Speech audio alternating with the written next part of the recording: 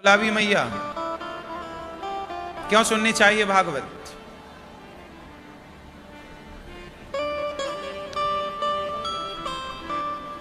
जैसे गंगा में नहाने से शरीर की शुद्धि होती है, उसी तरह सत्संग भी एक गंगा है, भागवत भी एक गंगा है। तो जैसे गंगा में नहाने से तन शुद्ध होता है, ऐसे सत्संग करने से, भागवत सुनने से मन शुद्ध हो जाता है, मन पवित्र होता है। मन की शुद्धि के लिए, आत्म कल्याण के लिए, पितरों की सद्गति के लिए, हमसे जाने अनजाने में कोई पाप हुए हैं, उन पाप के प्रायश्चित के लिए हमें भागवत सुनना चाहिए। कई बार हमसे पाप होते हैं, हमें नहीं पता कि हमने पाप किया है। हम रास्ते से जा रहे थे, चींटियां मर गईं। आप बारिश में गाड़ी चलाते हैं, ना जाने कितने मेंढक आपके टायर के नीचे, गाड़ी के नीचे आके मरते हैं, आपको पता ही नहीं। जब आप गाड़ी चलाते हैं, कितने कॉकरोच, कितने जीव जंतु उड़ते हुए ना आपकी गाड़ी में टकरा टकरा के। जब आप रोटी बनाते हैं, पहले के जमाने में चूल्हा था, लकड़ी और ओपलों का प्रयोग होता था, कंडों का, तो उस लकड़ी ओपलों में कितने चींटियां, छोटे छोटे जीव जंतु हम नहीं देख पाते थे, वो जल जाते थे। आज भी आप लोग चलते हैं, बहुत सारी चींटियां मर जाती हैं। आपके घर में आप झाड़ू लगाते हैं, ना जाने कितनी चींटियां मर जाती हैं। आप लोग वो हिट वगैरह डालते हैं ना, कितने मच्छर, कितनी मक्खियां। किसान लोग दवाई डालते हैं फसलों में, कितनी इल्लियां। ये तो पाप है, पर करना पड़ेगा। चूहा, अब चूहा तो कोई मारना नहीं चाहता, पर इतना नुकसान करते हैं कि आप दवाई रख देते हैं, चूहा मर जाता है। भाई आपने मारना तो नहीं चाहा, पर क्या करें, मजबूरी भी तो है।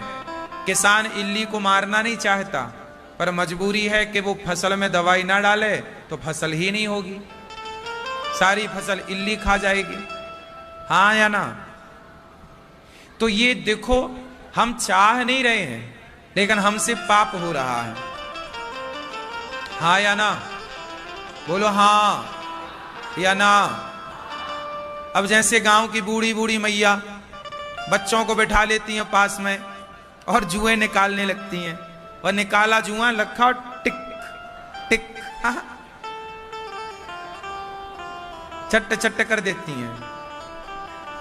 मैया आप मारती हो ना जुआ? हाँ या ना? बच्चों के सिर का निकाला जुआ, चट। अब क्या है ये?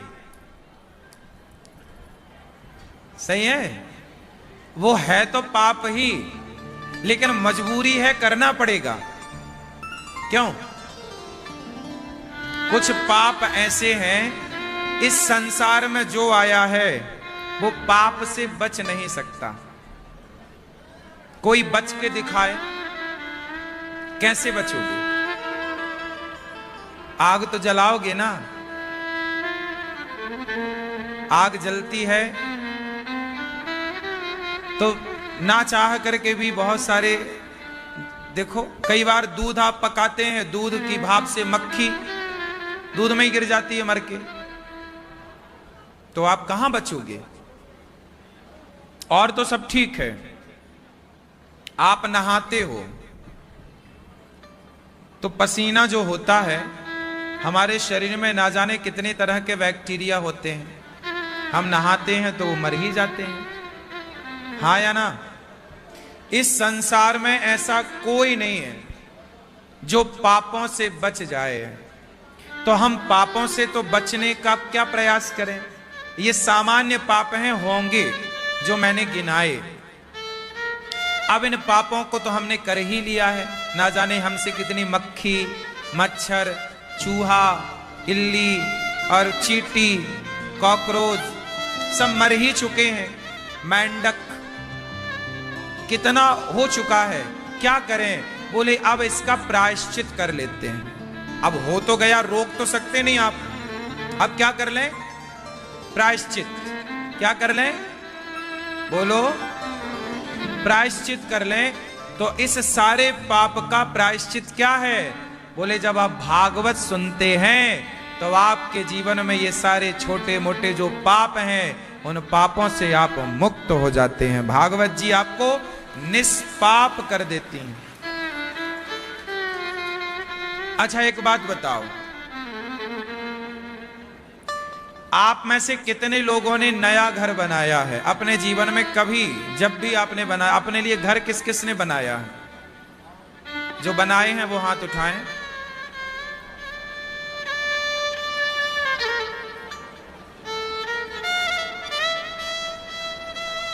बैठो। घर बनाए हो तो जब आप प्लॉट पर घर बनाते हो तो खुदाई होती है ना आपके प्लॉट में। जब आप कोई नया प्लॉट खरीदते हो तो उस प्लॉट में बहुत सारे पेड़ पौधे होते हैं, आप उन्हें छोटे मोटे झाड़ियों को उखाड़ देते हैं। आप वहां खुदाई करते हैं तो ध्यान से देखेंगे बहुत सारी चींटियां होती हैं जिनका ठिकाना वर्षों से वही था। अब वो घर के लिए जगह आपने ली तो आपने साफ सफाई कराई, और जब साफ सफाई कराई तो ना जाने कितने चूहों का वो घर रहा होगा, ना जाने कितनी चींटियों का वो घर रहा होगा, ना जाने कितने सांपों का घर रहा होगा। वहां सांप भी रहते रहे होंगे, लेकिन जब आपने ना जाने कितने वहां और जीव जंतु रहते रहे होंगे, फिर आपने क्या किया? जेसीबी चलवाई, वहां पे सब कुछ हटवाया तो बहुत सारे जीव जंतु तो मर गए दब के। खुदाई हुई तो वो घर से हो गए बेघर, कहां जाएं? बहुत सारी चींटियां मर गई। इसलिए जब घर बनाते हो ना तो सबसे पहले आप क्या करते हो? भूमि पूजन। क्यों करते हैं भूमि पूजन? घर बनाने के पहले क्या होता है? क्यों होता है? भूमि पूजन जब होता है तो हाथ जोड़ के हम वहां उस प्लॉट में जितने जीव जंतु थे हम उन सबसे प्रार्थना करते हैं, हे भगवान अब आपकी कृपा से यहाँ एक घर बनाना चाहते हैं। जब हम घर बनाएंगे तो हमसे ना जाने कितने जीव जंतुओं की हानि होगी। तो हे प्रभु इस पाप से आप हमें बचाएं। हम जानकर ये पाप नहीं कर रहे हैं, इन जीवों की हत्या नहीं कर रहे हैं, पर करना मजबूरी है। अब चींटियों से आप कह तो नहीं सकते कि चलो चींटी खाली करो, हम जेसीबी ला रहे हैं। ए चूहा भाई साहब चलो खाली करो, अब हम यहां घर बना रहे हैं। आप तो सीधा जेसीबी घुसा देंगे, काम स्टार्ट कर देंगे, खुदाई स्टार्ट हो जाएगी, जिससे वो जीव जंतु निश्चित मर ही जाएंगे। हाँ या ना? तो उस पाप से बचने के लिए हम शुरू में क्या करते हैं? पूजा करते हैं। इसलिए हमारे यहां एक परंपरा है चींटियों को दाना डालने की। जिस घर में आप रहते हो आपसे पहले उस घर में, उस प्लॉट में चींटियों का बसेरा था। हाँ या ना? चींटी मतलब हर छोटे जीव जंतु को आप चींटी मान लो। केवल चींटी नहीं, और भी चींटी की तरह दिखने और चलने वाले, रेंगने वाले। इसलिए हम सनातनियों ने क्या कहा कि चींटी हमने तुम्हारा घर उजाड़ा है, हमने तुम्हारे घर में अपना घर बनाया है, लेकिन याद रखना हम सदा तुम्हारी संतान को, तुम्हें जीवन भर पहले खाने से पहले मुट्ठी भर आटा तुम्हारे नाम का निकालते रहेंगे। पहले तुम्हारा पेट भरेंगे फिर हम खाएंगे। इसलिए सनातनियों के घर से मुट्ठी भर आटा चींटियों के नाम से निकाला जाता है। और आप में से बहुत लोग होंगे जो अपने घर के आसपास जो चींटियां उनके लिए आटा वाटा, कितने लोग चींटियों को आटा वाटा डालते हैं आप में से? मैया आप नहीं डालती हो? गुड़ डाला करो, चींटियों को गुड़ भी, आटा, कुछ मीठा बनाओ तो आपके आसपास गार्डन होगा, पार्क होगा, कुछ हरा भरा माटी इत्यादि, वहां जरूर डालना। चींटियां वहां होती ही होती। तो पहला हिस्सा चींटियों को, क्योंकि हम उनके घर पर रह रहे हैं। वो पहले प्लॉट में किसका ठिकाना था? चींटियों का। इसलिए हमारे यहां जो पाप होता है हम उस पाप के लिए क्षमा मांगते हैं। तो हमसे जो जाने अनजाने में पाप होते हैं उन सभी पापों से बचने के लिए हम एक भागवत सुनते हैं, और भागवत की कथा सुनने से भगवान प्रसन्न होकर हमसे हुए पाप, जैसे दीपक जलते ही अंधकार नष्ट हो जाता है, ऐसे कथा सुनते ही सारे पाप नष्ट हो जाते हैं। पापों का अंधकार मिट जाता है। किससे? पुण्य के दिया से। इसलिए कहता हूं पुण्य करते रहो। क्या करते रहो? जोर से, पुण्य करते रहो। जैसे आप लोग बहुत सारे भक्त पोथी पाठ कराने आए, कुछ घर बैठे ही ऑनलाइन जुड़े हैं, आप भी तो पुण्य कर रहे हैं, भागवत सुन रहे हैं पोथी पाठ के यजमान बनकर। तो ये पुण्य है। इसलिए पुण्य किसी को बिना बताए करते रहो, करते रहो। हमने पाप इतने किए हैं कि वो गिनाए नहीं जा सकते, परंतु पुण्य ऐसे हैं कि आप गिनाते हो कि देखो हमने ये किया, ये किया, ये किया, ये किया। पुण्य गिने जा सकते हैं पर पाप नहीं गिने जा सकते। हाँ या ना? हम पाप करते हैं करोड़ों, तो पाप करोड़ों करके हम रोते नहीं हैं और थोड़े से पुण्य करके प्रसन्न हो जाते। देखो जी हमने पुण्य किया है। इसलिए पाप जब रोज करते हो तो कोशिश करो कि पुण्य भी रोज हो, अच्छे कार्य भी रोज हो। हाँ या ना? इसलिए हमारे यहां चींटी को आटा, गाय को रोटी, कुत्ते को रोटी। अच्छा, कुत्ते को रोटी कुत्ता समझकर नहीं। महाराष्ट्र में एक भक्त हुए हैं नामदेव जी। क्या नाम था दादाजी? क्या नाम था? नामदेव जी। महाराष्ट्र के एक संत भय नामदेव जी। रोटी बना के रखी, अंदर घी की कटोरी लेने चले गए कि मैं घी चुपड़ दूं और भगवान जी का भोग लगाऊं। तब तक कुत्ता भाई साहब आए और कुत्ता सारी रोटियां मुंह में दबाई, और कुत्ता भाई साहब रोटी दबा के मुंह में भागे पूंछ उठा के। अब तब तक नामदेव जी रोटी में लगाने घी लेकर कटोरी में भर के लाए। वो कटोरी में घी भर के बाहर निकले ही थे कि कुत्ता भागा, रोटी मुंह में दबा के, सारी रोटी एक भी नहीं छोड़ी। अब नामदेव जी कटोरी लेके दौड़ पड़े कुत्ता के पीछे। अरे रुक जा भैया, रुको रुको रुको। हे प्रभु, सूखी रोटी ना खाओ, आपका दिया घी है, घी तो चुपड़ लो। लोग बोले क्या कह रहे हो? वो कुत्ता है। नामदेव जी बोले तुम्हें कुत्ता दिख रहा है? हमने तो रोटियां भगवान के लिए रखी थी, तो भगवान ही इस रूप में आके मेरी रोटियों का भोग लगा रहे हैं। भैया प्रभु सूखी ना खाओ, रोटी में घी चुपड़ के खाओ। ये लोग घी सबको कुत्ता नजर आया, पर नामदेव जी को भगवान नजर आए। जाकी रही भावना जैसी। भगवान कहां है? भगवान मंदिर में नहीं, आपकी दृष्टि में।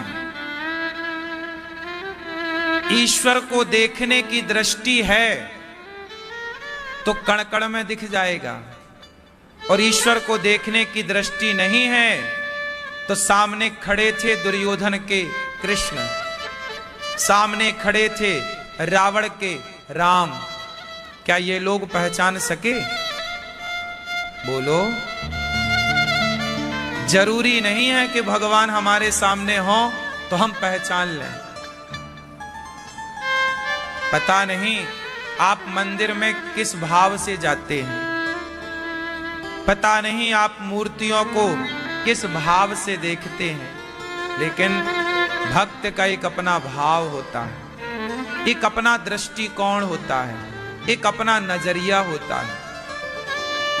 बताओ भक्त का नजरिया कैसा होता है? आप लोग परेशान क्यों होते हैं?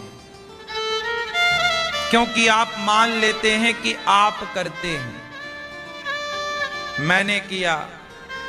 जबकि भक्त परेशान नहीं होता, क्योंकि वो ये मानता है कि मैं कुछ करता ही नहीं, भगवान ही सब करते हैं, हम सिर्फ नाचते हैं।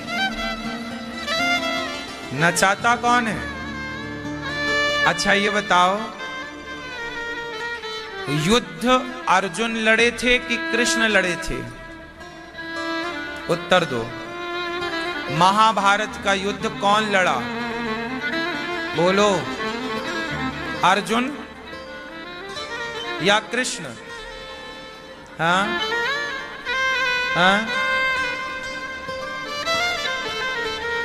दिखा तो ऐसा कि अर्जुन लड़ रहे हैं, आपने देखा भी ऐसा कि अर्जुन लड़ रहे हैं, आप कह भी ऐसा ही रहे हैं कि अर्जुन लड़े, लेकिन सत्य ये नहीं।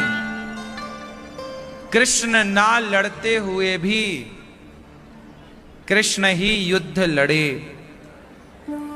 अर्जुन जब बाण चलाए,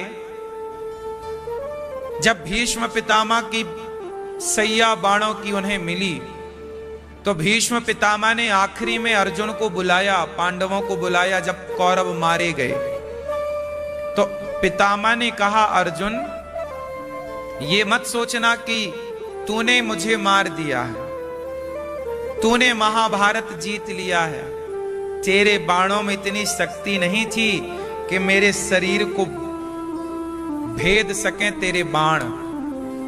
अब बताओ, क्या भीष्म पितामह के शरीर को पार बाण कैसे चुभे थे? पितामह को शरीर को पार कर चुके थे, हाँ या ना?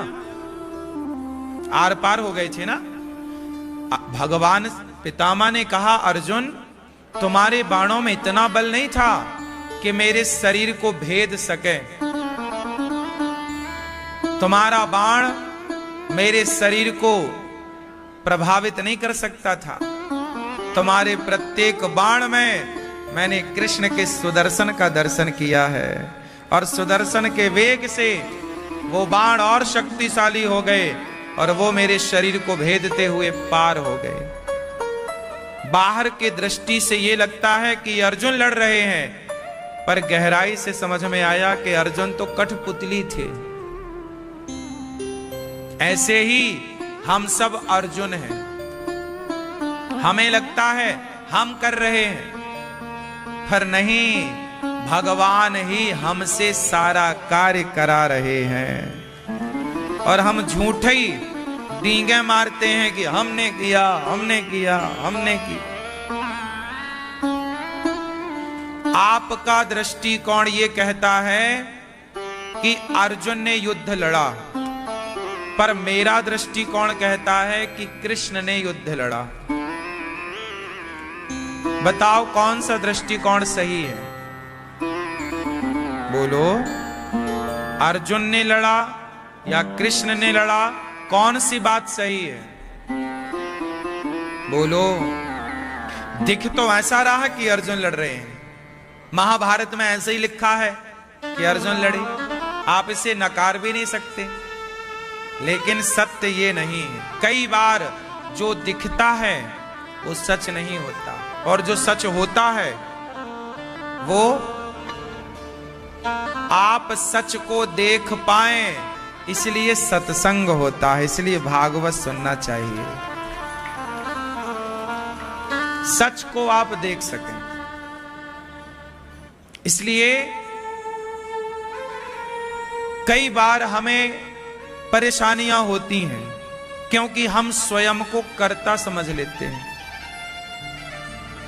और जो भक्त कोटि के लोग होते हैं वो क्या मानते हैं? याद रखिएगा, जो भक्त होते हैं ना, वो हर हाल में क्या होते हैं? प्रसन्न।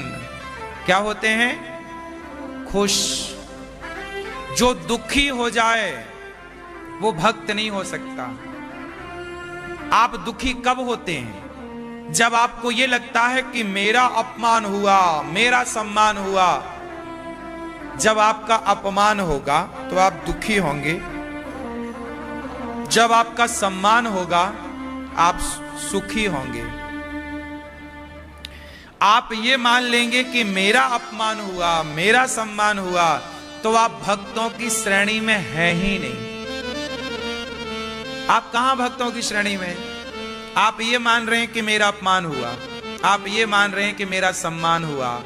जो भक्त की श्रेणी में होगा वो अपमान से प्रभावित नहीं होगा और सम्मान से प्रसन्न नहीं होगा। वो ये मानेगा कि ये अपमान भी मेरा नहीं, ये सम्मान भी मेरा नहीं, मैं क्या कर रहा हूं, भगवान मेरे से सब कुछ करा रहे हैं। जो अपमान सम्मान से परे हो जाए, अलग हो जाए, वो भक्त है। जो सम्मान और अपमान में उलझा रहे, आप लोग गलती कहां करते हैं? उलझ जाते हैं। अजी मेरा अपमान हो गया, मेरा सम्मान हो गया, देखो देखो देखो। इस अपमान, इस सम्मान से आप ऊपर पूरी जिंदगी में उठ ही नहीं पाते। इस सम्मान अपमान के दलदल में ही पड़े पड़े आप मर जाते हैं। इससे ऊपर उठने का आप सोच भी नहीं सकते, आप सोचते भी नहीं हैं। इसलिए आपसे कहता हूं, मैं आपको एक अलग दृष्टिकोण देना चाहता हूं, एक अलग जीवन देना चाहता हूं। हमारे यहां सम्मान को जानते हो क्या बोला गया है? प्रतिष्ठा को विष्ठा के समान उपमा दी है ऋषियों ने। प्रतिष्ठा कैसी है? विष्ठा के समान। विष्ठा समझते हैं? मलमूत्र। यदि आप प्रतिष्ठा में उलझ गए तो आप भक्ति नहीं कर पाएंगे। भगवान के मतलब के वो लोग हैं ही नहीं जो सम्मान की भूख रखते हैं। भगवान के मतलब के तो वो हैं जो सम्मान से प्रभावित ना हो और अपमान से प्रभावित ना हो। हर हाल में वो हैप्पी रहें, खुश रहें, वो भक्तों की लिस्ट में हैं। अब आप बताओ कि क्या सम्मान और अपमान को आप जीत सकते हैं? लोग कहते हैं मन को जीतो। भाई मन को तो जीतना फिर भी सरल है, मन को जीतना फिर भी सरल है। मान बड़ाई जे तजे, है ना? मान बड़ाई जो तज दे वही तजना है, वही छोड़ना है। आप क्या छोड़ सकते हैं? अच्छा बताओ। भगवान के लिए आप, जैसे आज एकादशी है तो आप लोगों ने रोटी छोड़ दी, नमक छोड़ दिया, चावल छोड़ दिए। आपका दूसरा व्रत आया तो आपने ये छोड़ा वो छोड़ा। शुक्रवार का व्रत आया, खटाई छोड़ दी। दूसरा व्रत आया, ये छोड़ दिया वो छोड़ दिया। आपने आज तक दाल चावल सब्जी रोटी तो छोड़ी है, पर सच बताना, क्या सम्मान की भूख छोड़ी है? क्या अपमान से अपने आप को दूर रखा है? दूर रखना मतलब कोई अपमान कर रहा हो आपका और फिर भी आप ध्यान ना दें। क्या अपमान पाके भी आप स्थिर रहे हैं? आदमी अपमान पाकर विचलित हो जाता है। अपमान से क्या होता है? बोलो। विचलित। आपको अपमान बिल्कुल बर्दाश्त नहीं होता, नाक बिल्कुल फूल जाती है, आंखें लाल लाल हो जाती हैं, चेहरा लाल। अरे मेरा अपमान कर दिया, जानता नहीं। हर आदमी को आज अपमानित कर दो, किसी को भी, तो वो लाल हो जाएगा। अरे और तो छोड़ो, किसी को जरा धक्का ही लग जाए, आदमी 4 गालियां सुना देता है। क्यों? अंधा है, देख के नहीं चलता। इस तरह आप लोग जकड़े हुए हैं। अपमान आपको बर्दाश्त नहीं है बिल्कुल। और सम्मान आपको गदगद कर देता है। इससे यह पता चल रहा है कि फिर आप भगवान के मतलब के नहीं हैं। भगवान के मतलब का कौन होगा? मीराबाई। मीरा का जीवन कैसा है? मीरा के दादाजी जब छोटी थी मीराबाई, बचपन से ही कृष्ण की भक्ति करती। विवाह हो गया मीराबाई का भोजराज के साथ, राणा के बेटा है। जब विवाह हुआ तो पति आया। प्रथम रात्रि है विवाह के बाद की, पति पत्नी के मिलन की। पति आया, मीराबाई के पास आकर बैठा। मीराबाई के घूंघट को उठाया, मीराबाई को देखा तो मीराबाई ने कहा कि आप से जो मेरा विवाह हुआ है ना, वो मेरे शरीर का विवाह हुआ है। मेरे मन का विवाह, मेरी आत्मा का विवाह तो मेरे कृष्ण से हो चुका है।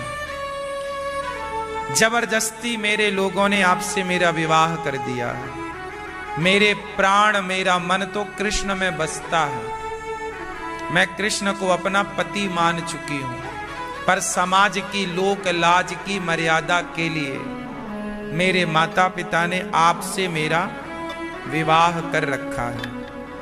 मेरे मन पर तो मेरे कृष्ण का वास है। मेरे मन पर, मेरी आत्मा पर तो मेरे कृष्ण का अधिकार है। बात रही शरीर की, यदि शरीर की भूख आपको है तो आप अपनी भूख मेरे शरीर से मिटा लीजिए। आपका कब्जा शरीर पर तो हो सकता है, मेरे मन, मेरी आत्मा पर तो मेरे कृष्ण का कब्जा है। ये बात मीरा ने पहली रात्रि को, पहले मिलन में ही अपने पति को स्पष्ट कर दी। और मीराबाई के पति भी अच्छे थे, भोजराज बढ़िया थे। उन्होंने मीरा को बिल्कुल परेशान नहीं किया। मीरा की इच्छा के अनुसार उनके कमरे में मंदिर बनवाया, भगवान की पूजा आरती की व्यवस्था की। वो बढ़िया थे। पर जो सास थी, जो ससुर थे, मीराबाई संग कीर्तन में जाती, कथा में जाती तो ससुर को ऐतराज होता कि तू इतने बड़े घर की बहू है, तू वहां जाके सत्संग में जा, कितनी ज्यादा थी। बोले तुम जाती हो, हमारे कुल का नाम खराब होता है। अब या तो कुल का नाम बचाए या तो कृष्ण से प्रेम करे। अब जैसे शराबी शराब के बिना कहां रह पाता है, गंजेड़ी गांजा के बिना कहां रह पाता है, जैसे शराब का नशा शराबी को शराब की ओर बढ़ाता है, ऐसे जब भक्ति का नशा लगता है तो कोई बिना सत्संग के रह ही नहीं सकता। आप सत्संग के बिना रह लेते हैं, इससे ये पता लगता है कि अभी भक्ति प्रवेश नहीं की अंदर। जिस दिन प्रवेश कर जाएगी भक्ति, तो जैसे शराबी शराब के बिना नहीं रह पाता, काम ही नारी पियारी जिमी, लोभ ही के प्रिय दाम, तिमि रघुनाथ निरंतर, प्रिय लाग्यो मोहिराम। जैसे कामी स्त्री के बिना नहीं रह सकता, लोभी धन के बिना नहीं रह सकता, ऐसे भक्त भगवान की कथा, भगवान के कीर्तन, भगवान के दर्शन के बिना रह ही नहीं सकता। और रह ले तो मीराबाई को जबरदस्ती रखा पर रुकी नहीं। सारी अपने सम्मान को मीराबाई ने छोड़ दिया कि नहीं? क्या सम्मान का उन्होंने कोई बोध रखा कि नहीं जी मेरा सम्मान बिगड़ेगा, मैं जाऊंगी? क्या उन्होंने अपमान से आहत हुई? आप लोग अपमानित हो जाएं तो आपको रात को नींद नहीं आती। कि अरे मेरा अपमान हो गया। लेकिन मीराबाई क्या कहती है सास, तूने तो मेरे कुल का नाश कर दिया, कुल नासी है। मीराबाई को कितना ना सहा, कितना ना कहा समाज ने। अरे मीरा को तो छोड़ो, माता सीता को कितना ना कहा समाज ने, तो मीराबाई को कितना कहा होगा। सारा अपमान का घूंट पीकर भी मीरा, मेरे तो गिरधर गोपाल दूसरो ना कोई, मेरे तो गिरधर गोपाल। सुनो, भगवान की राह पर चलने वाले को ऐसा बनना पड़ेगा जो अपमान सम्मान की दीवार तोड़कर जो केवल कृष्ण को याद रखे। भागवत जी में कथा है आखिरी में, एक पंडित जी की, एक पंडित जी थे, वो बड़े कंजूस थे, ना पत्नी को कुछ पहनाते बढ़िया साड़ी वाड़ी महंगी, ऐसे सामान्य तो सस्ती वस्ती देती, ना तो बढ़िया खाते, ना बढ़िया घर बनाए। पैसा बहुत था पंडित जी के पास, पर 1 रुपए भी उन्होंने खर्च नहीं किया। आखिरी में पत्नी ने और बच्चों ने योजना बनाई कि इस बूढ़े को मार देते हैं, क्योंकि देखो कुछ हमारे लिए खर्च तो करता नहीं। ये योजना उस बूढ़े आदमी के कान में आ गई। उसने सुन लिया उस पंडित जी ने कि ये मेरे बच्चे, मेरी पत्नी मुझे मारने का प्लान कर रहे हैं। उस बूढ़े के अंदर वैराग्य हो गया। अरे राम राम राम, जिस परिवार के लिए मैं कमाता रहा, जोड़ता रहा, वो परिवार मुझे समझ ना सका और मुझे ही मारने चला। उसने सब कुछ सौंप दिया अपने परिवार को, ये लो ऐस करो, और खुद घर छोड़कर चला गया। अब जब बाहर निकला तो लोगों ने, अरे कंजूस कहीं का, लोगों ने अपमान किया कि इसने तो जीवन भर देखो जोड़ा है, खर्चा कुछ नहीं किया, ना किसी को पानी पिलाया, ना किसी को भोजन कराया। लोग अपमान करते, उसके ऊपर धूल फेंकते, कोई उसे गालियां देता। वो सोता तो कुछ लोग आके उसके ऊपर सुसु कर देते। इस तरह का अपमान, इस तरह का अनादर, लेकिन वो इस अनादर से बिल्कुल भी प्रभावित नहीं हुआ। वो इस अपमान से बिल्कुल भी प्रभावित, बोलो, नहीं हुआ। और उसने हर परिस्थिति में, अब ना उसे कोई सम्मान करता तो वो सम्मान की तरफ भी ना देखता, कोई अपमान करता तो वो अपमान की तरफ भी ना देखता। हर हाल में वो केवल श्रीमन्नारायण श्रीमन्नारायण श्रीमन्नारायण, केवल एक भगवान की तरफ देखता, एक ईश्वर की तरफ। अब उसे कोई यहां वहां कुछ दिखाए तो वो कुछ ना देखे, ना अपमान को देखे, ना सम्मान को देखे। और जब ऐसी स्थिति में पहुंच गया कि केवल भगवान का नाम निकलता है, कोई उसे लात मार दे, वो कहीं बैठे तो लोग आए और उसके लात पांव का प्रहार करते हैं। इस तरह वो अपमानित हुआ, लेकिन कोई एक शब्द उसने ना कहा, एक बार भी उसने पलटकर जवाब ना दिया। तब उसकी सहनशीलता पर, उसके नाम जप पर, उसकी सच्ची भक्ति पर भगवान प्रसन्न हो गए। वाह, ये है भक्तों का लक्षण। भक्त जो है वो कभी विचलित, और जो विचलित हो गया वो भक्त है ही नहीं। इसलिए आपने देखा होगा, मैं भी इन महापुरुषों की बातें सुनकर, पढ़कर, मैं केवल सुना नहीं रहा हूं, मैं सीखता हूं। मुझे भी लोग कितनी गालियां देते हैं, लोग मुझे भी कितना अपमानित करते, अनादर करते, लेकिन मैं हर हाल में समझता हूं कि ये भगवान की लीला है। जैसे रखे राम जी रहना चाहिए, और सीताराम सीताराम।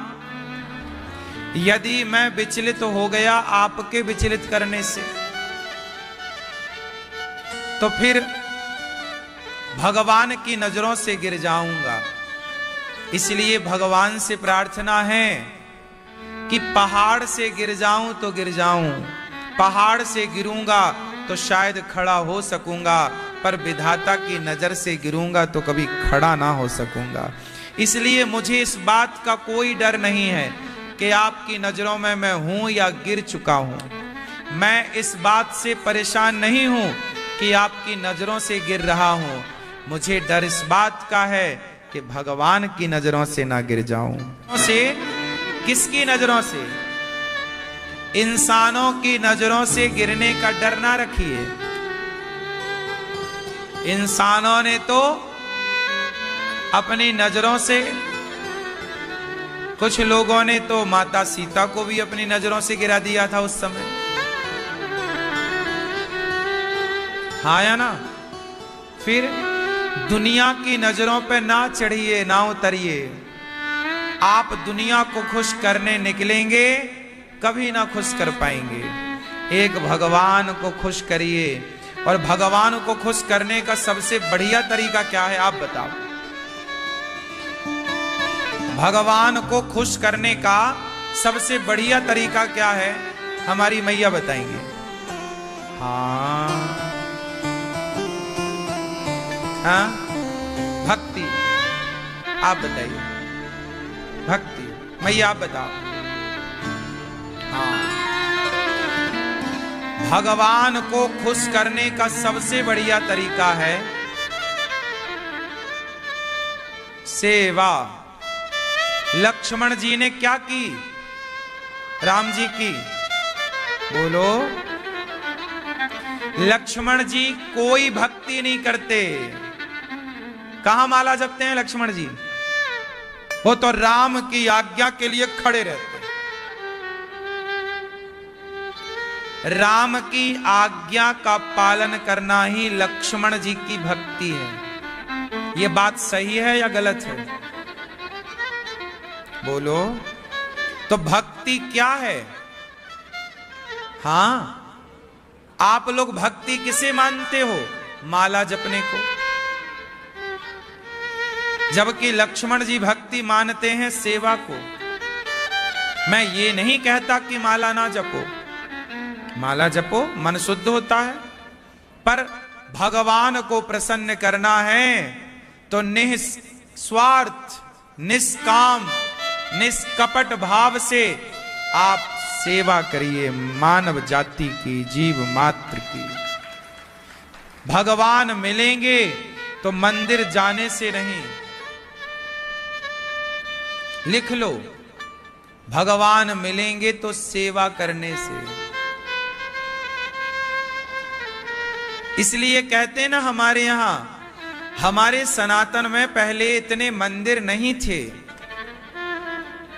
पहले तो हमारी मां ही मंदिर थी। पहले तो हमारा बाप ही मंदिर था। पहले तो बच्चे अपने माँ बाप की सेवा करके उन्हें खुश रखते थे। श्रवण कुमार अपने माँ बाप की सेवा करते। आज भी श्रवण कुमार को लोग जानते हैं। तो पहले तो मां ही भगवान थी। पहले तो पिता ही भगवान थे। पहले तो पति ही भगवान था। पहले की नारियां और किसी की पूजा नहीं करती थीं, अपने पति की। पहले की नारियां तुम ही मेरे मंदिर, तुम ही मेरी पूजा, तुम ही देवता हो, तुम ही देवता हो। और आजकल की नारियां कुछ, आप लोग तो मानती होंगी मंदिर। आप लोग आजकल पति को मंदिर क्या, आदमी भी नहीं समझती कुछ लोग। हाँ, ये तो राक्षस है महाराज जी। हाँ। कुछ स्त्रियां तो ऐसी हैं, पति कोई जूता मारती रहती हैं, ले कुछ 2-4 डंडा जमाती रहती, 1-2 झाड़ू जमा देती हैं, ले साफ सफाई होती रहे। हाँ या ना? आप पिटते तो नहीं हो साहब? क्यों मुस्कुरा रहे हो ऐसे हैं जैसे आपकी भी धुलाई होती हो? नहीं पिटते ना झाड़ू से? क्यों आप पिटते हैं? सही रोज पिटते हो।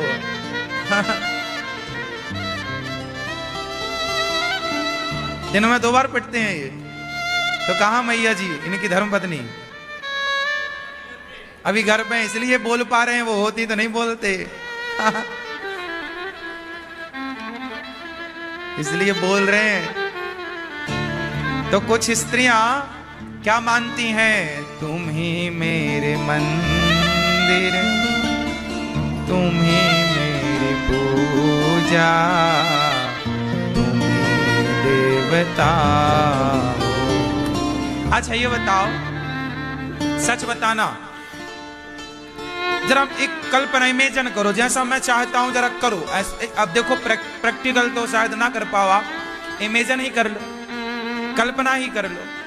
सोचो सोचो कि एक बेटा है जो अपने माँ बाप की पूजा करता है, आज्ञा का पालन करता है, और उसकी पत्नी है जो उसकी पूजा करती है, और उस पत्नी और उस पति का एक बच्चा है वो उनकी पूजा करता है, और एक दूसरे की बात मानते हैं, एक दूसरे का सम्मान करते हैं, एक दूसरे को प्यार करते हैं।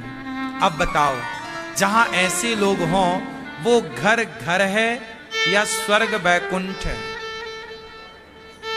उत्तर दो। हमारे यहां पत्थर की पूजा नहीं होती, हमारे यहां पत्थर की पूजा दूसरे नंबर पर है। पहले माता पिता पति की पूजा होती है। लेकिन आज का समाज भटक गया है मेरी माँ। आज का बेटा अपनी माँ की पूजा नहीं कर रहा है, बाप की पूजा नहीं कर रहा है, पति की पूजा नहीं हो रही है। सिर्फ मंदिर में जाकर लोग भगवान को मंदिर में ही देख रहे हैं, ना पिता में, ना माँ में, ना पति में। कहां कोई देख रहा? इसलिए आजकल गृहस्थियां बिगड़ रही हैं। तलाक कितने बढ़ गए। यदि स्त्रियां अपने पति को देवता मानने लग जाएं, भगवान मानने लग जाएं, और पुरुष अपनी पत्नी को देवी मानने लग जाए, क्या भगवान राम माता सीता का अपमान करते हैं? लड़ गए रावण से सीता माता के लिए, लंका जला दी रावण की सीता माता के लिए। एक नारी के प्रति कितना समर्पण भगवान राम का है, ये हर पुरुष को सीखना चाहिए। इससे, इन बातों से ही आपकी गृहस्थी अच्छी होगी। लेकिन आप लोगों को लगता है कि बस भगवान तो मंदिर में है। जो भगवान पत्थर में हो सकता है वो आपकी माता में और आपके पिता में तो हो ही सकता है ना। इसलिए ये दास अनिरुद्ध माताओं की सेवा करता है। गौरी गोपाल आश्रम में 288 माताएं रहती हैं। हम माओं की सेवा करते हैं। लक्ष्मण जी ने क्या किया? राम जी की सेवा। अनिरुद्धाचार्य क्या करता है? मैं सेवा से ही भगवान को प्रसन्न करता हूं। आप लोग पूजा करते हैं, करिए, पाठ करते हैं, करिए, सब अच्छा है। कोई मंदिर जाना गलत नहीं है, जप तप करना बिल्कुल गलत नहीं है, पर ये दूसरे नंबर पर है। पहले सेवा करो, सेवा के बाद समय बच जाए तो मंदिर चले जाना। उदाहरण समझो, आप में से कितने लोग पंडरीनाथ जी को जानते हैं? पंढरपुर विठल भगवान, विठलनाथ जी के बारे में कितने लोग जानते हैं? नहीं जानते? महाराष्ट्र में जैसे वृंदावन में बिहारी जी हैं, ऐसे महाराष्ट्र में पंढरपुर है, जहां पंडरीनाथ भगवान है, कमर में हाथ रख के ऐसे। विट्ठलनाथ जी को कभी आपने देखा होगा, ऐसे कमर में हाथ रख के खड़े हैं। कौन? विट्ठलनाथ जी। इनकी एक कथा मैं आपको सुनाऊं, कहां से स्टार्ट हुई, कौन है, क्या इनका इतिहास रहा है। सुनो, क्या हुआ कि एक पुंडरीक नाम के एक भक्त थे। भक्त नहीं, सामान्य बालक था पहले तो। फिर पुंडरीक नाम के एक जो भक्त थे, वो उनका एक लौता बेटा था अपने माँ बाप का। तो माँ बाप का एक लाडला बेटा, तो माँ बाप उससे बहुत प्यार करते। पुंडरीक बड़ा हुआ तो विवाह हुआ, और जब विवाह हुआ तो वो अपनी पत्नी में इतना आसक्त हो गया कि अपने बूढ़े माँ बाप को इग्नोर करने लग गया। बूढ़े माँ बाप की सेवा करनी उसने छोड़ दी। जब बूढ़े माँ बाप की सेवा करनी उसने छोड़ दी, तब बूढ़े माँ बाप को लगा कि अब तो हमारा बेटा देखता भी नहीं, अब घर में रहने से कोई फायदा नहीं। तो दोनों पति पत्नी, बुढ़ा बुढ़ी ने, माँ बाप ने विचार किया कि चलो अब तीर्थ यात्रा चलते हैं, वहीं मर जाएंगे, अब घर नहीं आएंगे वापस, क्योंकि बेटा तो देखता भी नहीं, आदर सत्कार करता ही नहीं। तो माँ बाप तीर्थ यात्रा के लिए निकल गए। तो बहू,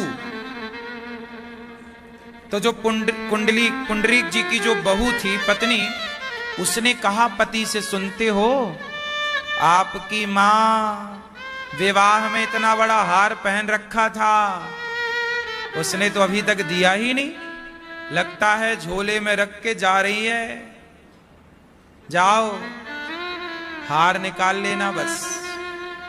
तो अब माँ बाप तीर्थ यात्रा पर निकले बैलगाड़ी से। उस समय बैलगाड़ी का जमाना था। तो बैलगाड़ी पर वो चढ़े और दोनों पति पत्नी तीर्थ यात्रा के लिए निकले। तो बेटा पीछा करता करता काशी पहुंचा।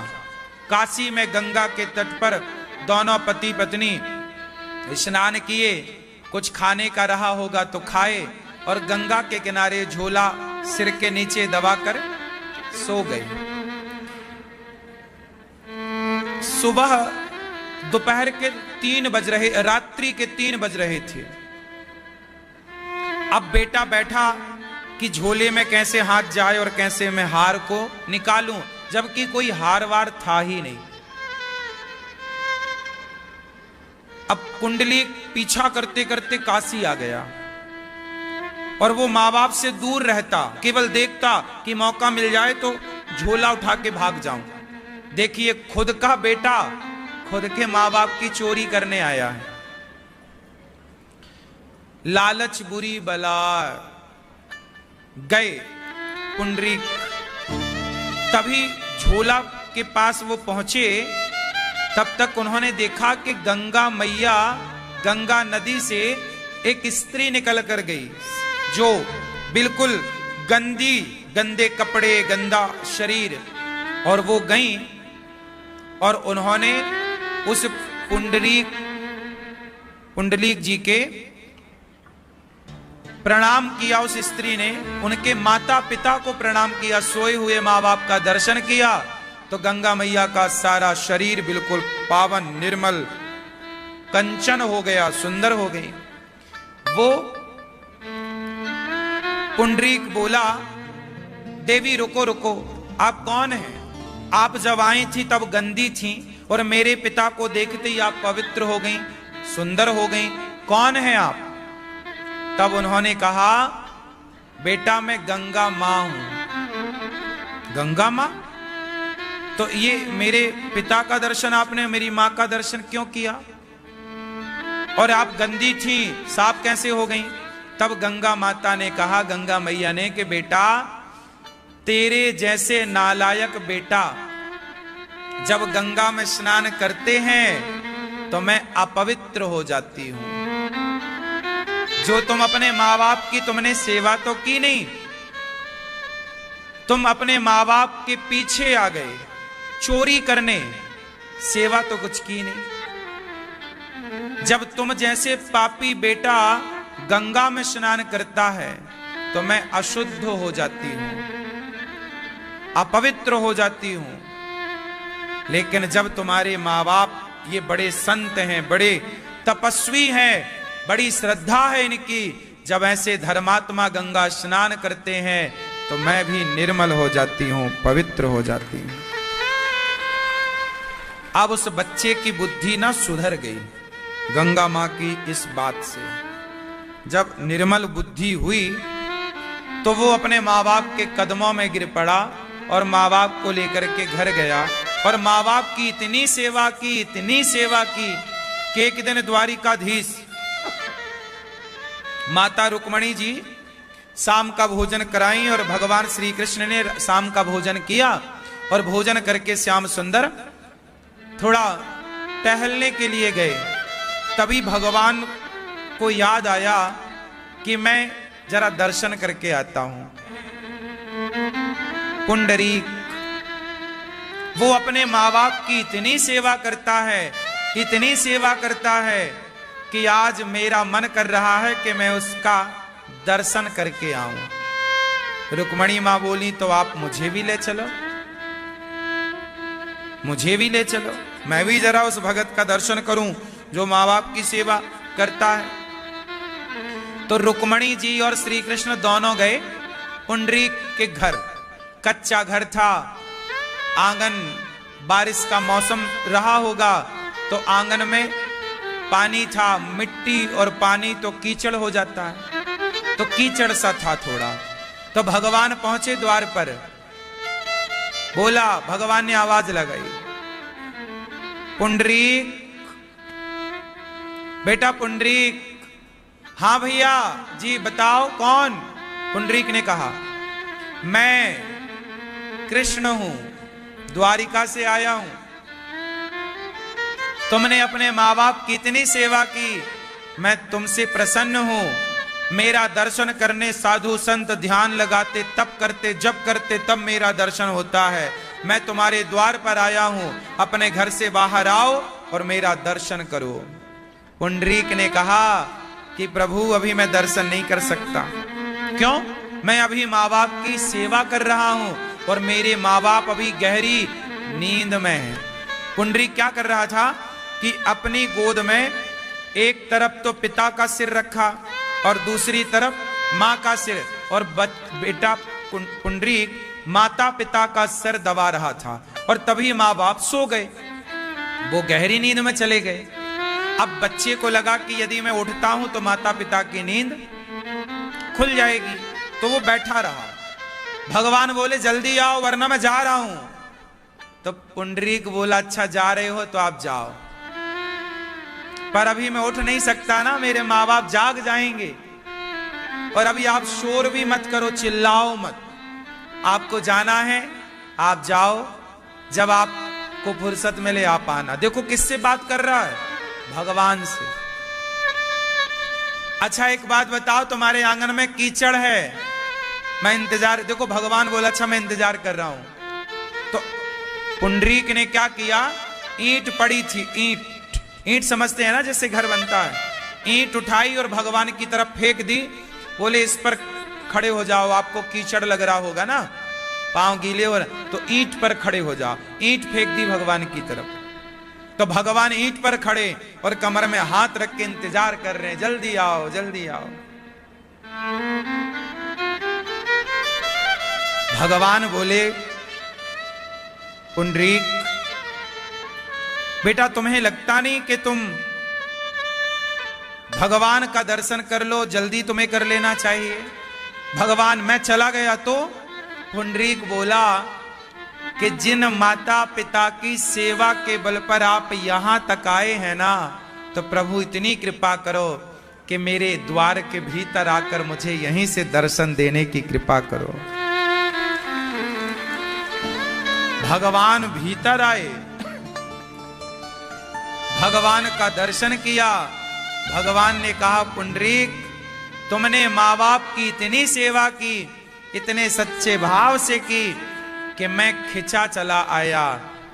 सच बताता हूं, सेवा करने वाला भगवान के पास नहीं जाता, भगवान स्वयं उसके पास आते हैं। कुछ मांग लो, कहा पुंडरीक ने कि प्रभु आप अभी जैसे खड़े थे ना, वैसे ही खड़े हो जाओ उस ईंट के ऊपर। भगवान ईंट के ऊपर खड़े हो गए, कमर में हाथ रख के।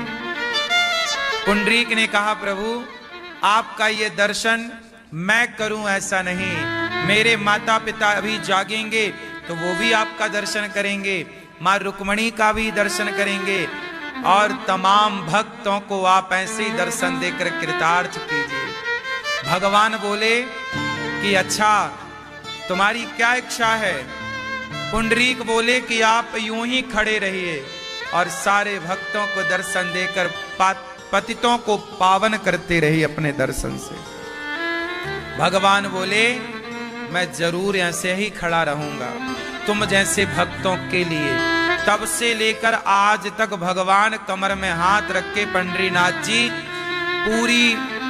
पूरे दुनिया में एक पंडरीनाथ जी ऐसे हैं जहां भगवान श्री कृष्ण के साथ राधा जी नहीं, रुक्मणी माता विराजी हैं। रुक्मणी मां पंढरपुर में पंडरीनाथ जी के पास रुक्मणी मां विराजी हैं। आज भी कमर में हाथ रख के भगवान खड़े हैं। किसके लिए? भक्त के लिए। किस भक्त के लिए? जो माता पिता की सेवा करता है। इसलिए भगवान को मंदिर में ढूंढने ना जाओ, माता पिता में ही भगवान का दर्शन करो।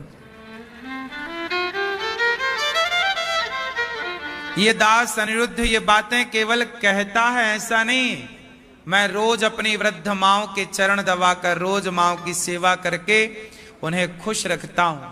और मुझे लगता है कि मैं माओं की सेवा करता हूं तो माओं की सेवा नहीं, भगवान की सेवा हो रही है। ये आपसे भी प्रार्थना करता हूं कि आप भी गौरी गोपाल आश्रम में जो बेसहारा वृद्ध माताएं रहती हैं, आप भी इन वृद्ध माओं का सहारा बने, आप भी सेवा से जुड़ें। 288 माएं हैं। अब सोचिए, आप तो एक मां की सेवा करते होंगे, ये दास अनिरुद्ध तो इतनी माओं की सेवा करता है जैसे बन पड़ती है। तो ये किसकी इच्छा है? मेरी नहीं, भगवान की। मैं कुछ नहीं करता, भगवान कराते हैं, इसलिए सब हो रहा है, वरना मेरी क्या औकात, मेरी क्या हैसियत। तो सेवा, गौरी गोपाल आश्रम में हजारों भक्तों के लिए भरपेट भोजन तैयार रहता है। सो भगवान का जन्म हुआ और जन्म लेते ही निकल पड़े।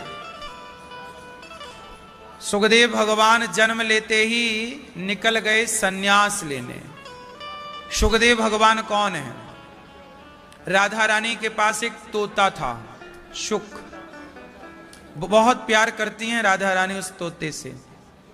अनार के दाने उसे खिलाती हैं, अपनी गोद में बिठाती हैं। राधा रानी बात करती हैं तोते से। एक दिन वो तोता उड़ गया। पक्षी है ना, स्वभाव तोड़ने का ही है। आप तोते को कितना भी बढ़िया खिलाओ, लाड़ प्यार करो, पर मौका मिलेगा तो वो उड़ ही जाएगा। हाँ या ना? तोता उड़ गया और जाके पहुंचा नंद भवन, जहां कन्हैया खेल रहे थे। टुकुर टुकुर वो तोता कन्हैया को देखने लग गया। कन्हैया के कुछ मित्रों ने उस तोते को पकड़ लिया। उस तोते को पकड़ लिया और पकड़कर अपने पास बिठाया। अब राधा रानी ने देखा कि वो तोता तो है नहीं, ढूंढवाया। वृषभानु जी की सारी सेना उस तोते को ढूंढने में लग गई। अंत में पता चला कि वो तो कृष्ण के पास है। तो राधा रानी और वृषभानु जी चले नंद महल की तरफ पहुंचे। राधा जी बोली कि ये मेरा तोता है। कन्हैया बोले नहीं, इसे तो हमने पकड़ा है, हमारे मित्रों ने, ये हमारे पिंजरे में हमारा। कन्हैया बोले ये तोता हमारा। राधा रानी बोली ये तोता हमारा। ब्रजभानु जी और नंद बाबा बोले बच्चों तुम आपस में लड़ो मत, तोते से पूछो कि वो किसका है। तोते से पूछा कि बताओ तुम किसके हो, तुम किसके हो। तो तोते ने कहा कि ये कृष्ण का ज्ञान मुझे नहीं था, मैं तो राधा रानी का हूं और उन्होंने ही मुझे कृष्ण मंत्र दिया है, मेरी गुरु हैं, तो मैं उनका हूं। वही तोता शुकदेव भगवान बनकर के प्रकट भये, जिन्होंने राजा परीक्षित जी को भागवत सुनाई। वही तोता, वही शुक, इसलिए नाम पड़ा शुकदेव। जिन्हें राधा भी अपना कहें और जिन्हें कृष्ण भी अपना कहें, वो शुकदेव भगवान है। ऐसे भगवान शुकदेव जी ने परीक्षित जी को भागवत सुनाई और परीक्षित जी को भागवत सुना के उन्होंने आत्म कल्याण किया। क्या किया? सबका कल्याण भागवत जी के द्वारा जीव मात्र का, प्राणी मात्र का कल्याण हुआ। सबका कल्याण, सबका उद्धार करते हैं शुकदेव भगवान।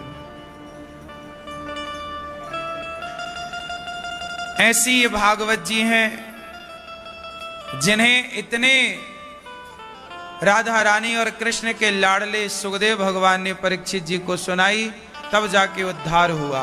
तो जो भागवत सुनता है उसका निश्चित उद्धार होता है, इसलिए भागवत सुनना चाहिए। ऐसे सुखदेव भगवान को नमस्कार करते हैं। जन्म लेते ही निकल पड़े जंगल, 12 साल तक अपनी मां के गर्भ में रहे और शिव जी ने इन्हें अमर कथा भी सुनाई। एक बार सूत जी महाराज, एक बार सूत जी महाराज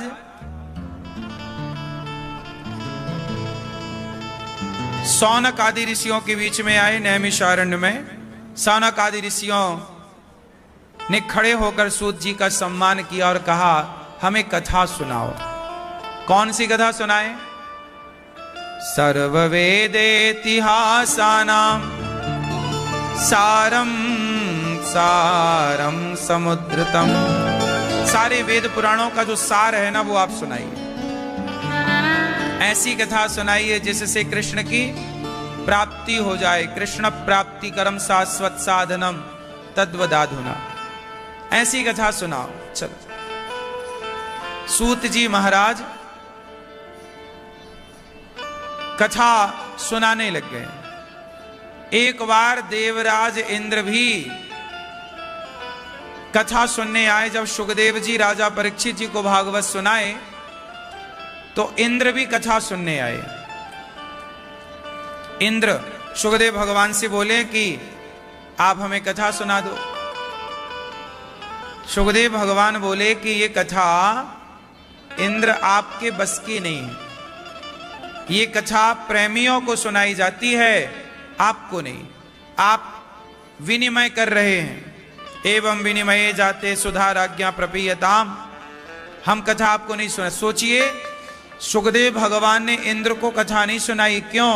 क्योंकि इंद्र ने कहा कि आप कथा हमें सुनाओ, बदले में मणि, बदले में स्वर्ग का अमृत आप पिलाओ परीक्षित जी को, कथा अमृत आप हमें पिलाओ। सुखदेव जी बोले क्वा सुधा क्वा कथा लोके क्वा कांचा क्वा मणिर महान। कहां कांच का टुकड़ा और कहां मणि। स्वर्ग का अमृत है कांच का टुकड़ा और कथा है मणि। स्वर्ग के अमृत से भी करोड़ों गुना श्रेष्ठ श्रीमद् भागवत का अमृत है। इसलिए तब कथामृतम तप्त जीवनम। भैया आप खड़े काहे हो, भैया बैठ जाओ सरकार। कैसे सुनते हैं आप लोग, है ना? ध्यान से सुन लो, बैठ जाओ। शुकदेव भगवान देवराज इंद्र को भी अधिकारी नहीं मानते, बोले आप इस कथा के अधिकारी नहीं है। भागवत सुनने का अधिकारी कौन बताओ? भागवत सुनने का अधिकारी कौन? बोलो। जब मन पड़े आओ, जब मन करे जाओ, जब मन करे मोबाइल चलाओ, जब मन करे बातें करने लग जाओ। ऐसे लोग कथा के अधिकारी नहीं। कथा का अधिकारी कौन है? जो कथा समझने वाला हो, कथा से प्रेम करने वाला हो। पानी कब अच्छा लगता है? बोलो। जब प्यास लगी हो। प्यास है ही नहीं तो पानी का कोई मूल्य नहीं है। उसी प्रकार कथा वो सुने जिनके भीतर कृष्ण को पाने की प्यास हो। प्रभु को पाने की जब प्यास जागती है, जब आप कथा उस प्यास से सुनते हैं तो कथा करोड़ों गुना फलदायी बन जाती है। अब प्यास नहीं है। कुछ लोग कथा को समझते ही नहीं, मजाक की तरह वो सुनते हैं। और इसलिए लोग क्या कहते हैं, गुरुजी कथाएं लोग इतनी सुनते हैं पर परिवर्तन नहीं हो रहा है। क्यों नहीं हो रहा है? क्योंकि आपने अपने को परिवर्तित करने के लिए आपने कथा सुनी ही नहीं। जब आपका उद्देश्य स्वयं का परिवर्तन करने का होगा, जब मैं स्वयं को बदलना चाहूंगा तब तो मैं बदलूंगा। बदलना ही नहीं है तो रावण को सबने समझाया था, कहां माना? नहीं माना। फिर तो जब आपको मानना ही नहीं है तो मैं कितना भी समझाऊं फिर आपको। कथा उन्हें सुनना चाहिए जो अपने को बदलने का भाव रखते हैं, जिनके भीतर प्रेम है प्रभु के लिए, वो कथा सुनने के अधिकारी हैं। बाकी तो सब आओ, हल्ला करो, शोर करो और जाओ, ऐसे ही चलता है।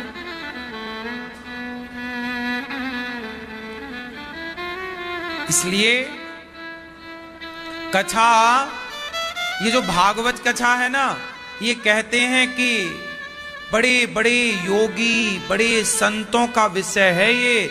हरि अनंत हरि कथा अनंता, कहाँ ही सुनहि बहुविधि सब संता। कथा का अधिकारी वो जो भगवान से प्रेम करता है। कथा से प्रेम है। इंद्र ने, शुकदेव भगवान ने कहा कि आप कथा के अधिकारी नहीं जाओ। इंद्र, सोचिए, इंद्र को शुकदेव भगवान ने कथा नहीं सुनाई, बोले आप अधिकारी नहीं है। आप लोगों को ये भागवत मिल रही है, ये भगवान की बड़ी कृपा है कि आपको भगवान ने इस कथा को सुनने के योग्य समझा है। और आपको यहां आकर टीवी पर आप सब कथा को सुन पा रहे हैं। इस तरह आप कथा सुनते हैं। आप लोग अपने मोबाइल पर भी कथा सुन सकते हैं। आप लोग अपने मोबाइल पर YouTube पर जाओ, अनिरुद्धाचार्य टाइप करो, आप भी अपने मोबाइल पर कथा सुन लिया करो। YouTube पर जाना, फेसबुक पेज पर जाना, अनिरुद्धाचार्य के नाम से है। आप जहां भी, क्योंकि आप यदि कथा से जुड़ेंगे, आपके बच्चे मेरे से जुड़ेंगे, कथा से जुड़ेंगे, तो गारंटी मेरी है कि आप के बच्चे कभी रास्ता भटकेंगे नहीं, और आपको कभी टेंशन नहीं हो सकती, डिप्रेशन नहीं हो सकता। बताओ, आप लोगों ने मुझे चिंता में देखा? बोलो, हर समय कैसे देखा आपने हमें? जबकि आप कहते हो महाराज जी हम सबके साथ अच्छा करते हैं, हमारे साथ बुरा होता है। आप लोगों को ज्यादा गालियां मिलती हैं क्या अनिरुद्धाचार्य को? बोलो बोलो, हमें ज्यादा गालियां सुननी पड़ती हैं। आपको तो 2-4 ही सुननी पड़ती होंगी, जेठानी की और सास की, और ले दे के पति कभी कभी। और कौन तुम्हें गाली देता है? हाँ हाँ, पत्नी को भी जोड़ लो, 4 हो गए और क्या। ऑफिस में बॉस तो 4-5-6 लोग हैं जो आपको गालियां देते होंगे। तो आपको गालियां देने वाले 5-6 लोग हैं, आप उनकी गालियों से परेशान हो जाते हैं। लेकिन मुझे गालियां देने वाले देखो लाखों की संख्या में और मैं हर गाली के बाद भी प्रसन्न हूं। इससे आपको यह सीखना चाहिए कि जो इस विषम परिस्थिति में अपने को ठंडा रख सकता है वो दूसरों को भी ठंडा रखने की सीख दे ही सकता है। इसलिए मैं आपको कहता हूं कि आप कथा सुनिए, आप मेरे पास रहिए। मैं 7 दिन आप मेरे को दीजिए। आप डिप्रेशन में हैं, चिंता में हैं, तनाव में हैं, 7 दिन के अंदर मैं आपको टेंशन से, डिप्रेशन से बाहर कर सकता हूं, बिना दवाई, बिना इंजेक्शन, बिना टैबलेट के। ये टेंशन में है। आप में से कितने लोग डिप्रेशन से बाहर आए कथा सुन के? आप में से कोई ऐसा है कथा सुन के कोई बाहर आया हो? ये देखो, इतने लोग तो यही हैं। आप भी कथा सुनो मैया, ये मैया को जगाओ, गिर ना जाए बेचारी। मैया सो गई मेरी माँ, अच्छा सो जा, सो लो।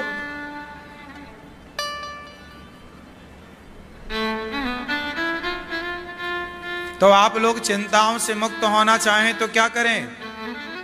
बोलो, क्या सुने? कथा, कथा सुनो, बिंदास। चिंता आएगी ही नहीं, टेंशन होगा ही नहीं, डिप्रेशन में कभी आप जाओगे ही नहीं।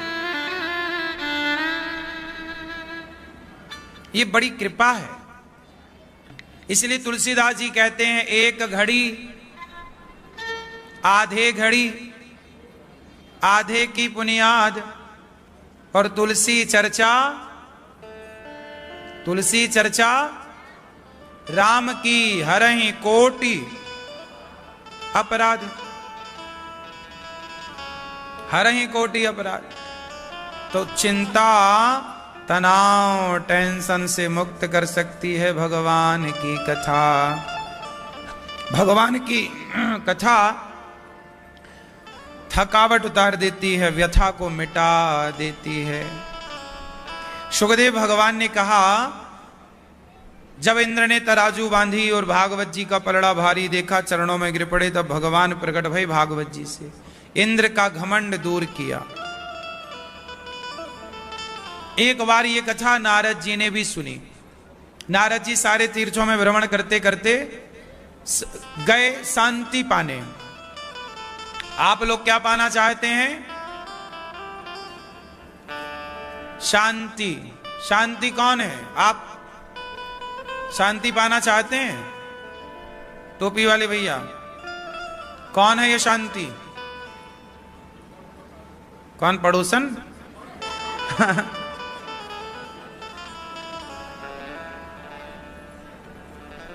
शांति शांति कौन है? अच्छा, शांति आपके पड़ोस में रहती है कि भीतर रहती है? बोलो।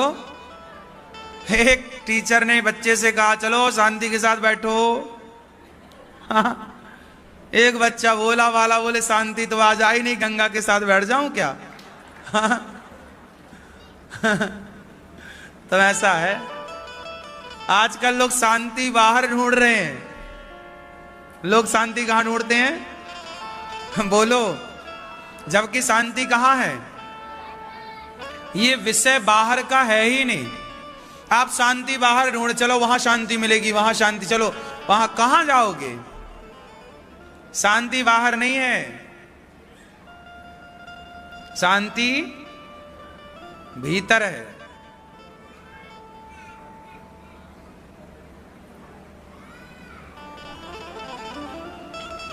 शांति भीतर का विषय है, बाहर कुछ भी। बाहर तो देखो शोर शराबा, आप ऐसी कौन सी जगह है जहां आज शोर ना हो, उथल पुथल ना हो?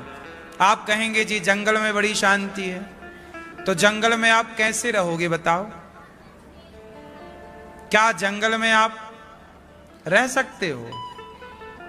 डर खाए जाएगा तुम्हें, डर सांप का, बीछी का, शेर का इत्यादि। भेड़िया, आजकल तो भेड़िया गांव में घर घर घुस रहे हैं, हाँ या ना? तो शांति पाने कहां जाओगे? इसलिए शांति कहां है मैं आपको बताऊं। शांति पाना हो तो देखो, मन को एकाग्र करिए। देखिए शांति किसे कहते हैं, एक ध्यान से सुनिए। दत्तात्रेय जी ने कितने गुरु बनाए? मोबाइल वाले भैया, सरकार थोड़ा कथा भी सुन लो, यहां आओ। नहीं सुन रहे हो आप? हैं? नेटवर्क नहीं आ रहे हैं तो वहां काहे बैठो, यहां बैठो सामने। अच्छा वाईफाई चल रहा है।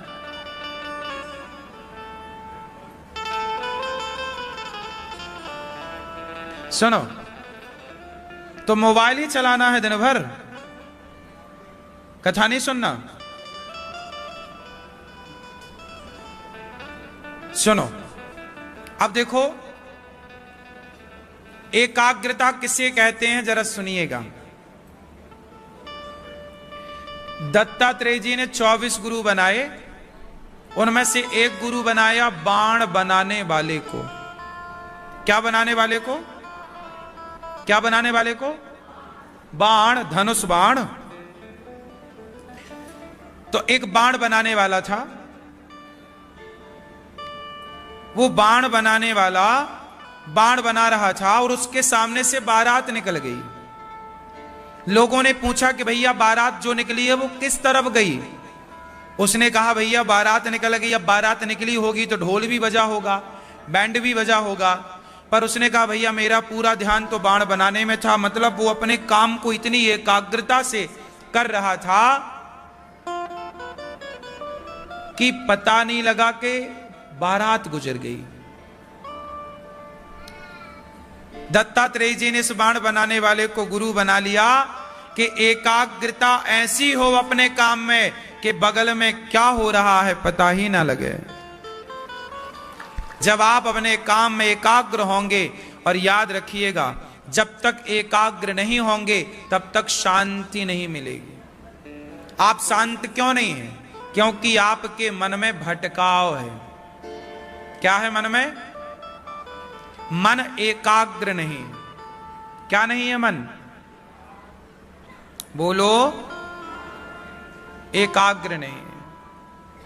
इसलिए मन को चाहिए कि पहले मन को स्थिर करें। कहां? भगवान का ध्यान करें। लोहे को बार बार घिसिए तो लोहा भी चमकने लगता है, नहीं चमकने लगता। उसी तरह जब आप अपने मन को बार बार कथाएं सुनाएंगे, कथाओं की गंगा में डुबकी लगाएंगे, तो आपका मन भी एक दिन मंदिर बन जाएगा। और जिस दिन मंदिर बना, भगवान अपने आप आकर के मन मंदिर में बैठ जाएंगे। कल की कथा हम लोगों ने सुनी कि भगवान का प्राकट्य हुआ। भय प्रगट कृपाला दीन दयाला। जब भगवान का प्राकट्य हुआ तो भगवान को लेकर के वसुदेव जी चले गोकुल आए। यशोदा मां ने एक कन्या को जन्म दिया था, उस कन्या को लेकर के वसुदेव जी गए हैं और कंस ने उस कन्या को पत्थर पर पटक ना चाहा, हाथ से छूटकर कन्या आकाश में गई। तू मुझे क्या मारेगा, तुझे मारने वाला प्रकट हो गया। अच्छा एक बात ध्यान से सुनो, सब लोग ध्यान दो। अच्छा ये बताओ, भगवान श्री कृष्ण का जन्म कहां हुआ? कहां हुआ? मथुरा में, जेल के अंदर। भगवान कहां प्रकट होते हैं? जेल में। और जेल में वसुदेव जी के पांव में बेड़ियां हैं, हाथ में हथकड़ियां हैं। भगवान जेल में ही प्रकट क्यों भई? क्या जरूरत थी जेल में प्रकट होने की? भगवान, जेल मतलब बंधन, जेल मतलब बंधन। तो भगवान जेल में प्रकट होकर समाज को यह बताते हैं कि हम सब बंधन में बंधे हैं, लेकिन बंधन में बंधे बंधे मरना नहीं है। भगवान प्रकट तो भय जेल में, लेकिन प्रकट होकर बंधन से मुक्ति की ओर चल पड़े, मुक्त हो गए। तो हमें मनुष्य जीवन मिला है तो बंधन से मुक्ति की ओर जाने के लिए मिला है, इसलिए हम मुक्ति की ओर चलो। हम सब बंधे ही तो हैं संसार के जंजाल में। संसार में बंधा हुआ प्राणी, कोई काम से, क्रोध से, परिवार से, संसार से, समाज से, आप सब बंधे हैं। लेकिन अब कब तक बंधे रहोगे? बहुत तो बंध लिया, अब चलो मुक्ति की ओर। इसलिए बंधन से मुक्ति की ओर ले जाने के लिए प्रभु ने जेल में जन्म लेकर के और तुरंत मुक्त होकर बताए कि जो मुक्त हो गया उसी का संसार में आना सार्थक हुआ। यदि आपने मुक्ति नहीं पाई, मुक्त हुए ही नहीं, तो फिर मतलब क्या हुआ? अच्छा ये बताओ, भगवान श्री कृष्ण जब चले तो वसुदेव जी के पांव की बेड़ियां खुल गई कि नहीं? हाथ की हथकड़ियां खुल गई कि नहीं? क्या मतलब हुआ? वसुदेव जी तब तक बंधन में थे जब तक भगवान नहीं आए। जब भगवान को लेकर प्राणी चलता है तो संसार की हर बेड़ियां खुल जाती हैं, दरवाजे खुल गए जेल के। मतलब जो भगवान को लेकर चलता है उसके लिए मोक्ष के दरवाजे खुल जाते हैं, जैसे वसुदेव जी के लिए दरवाजे खुल गए।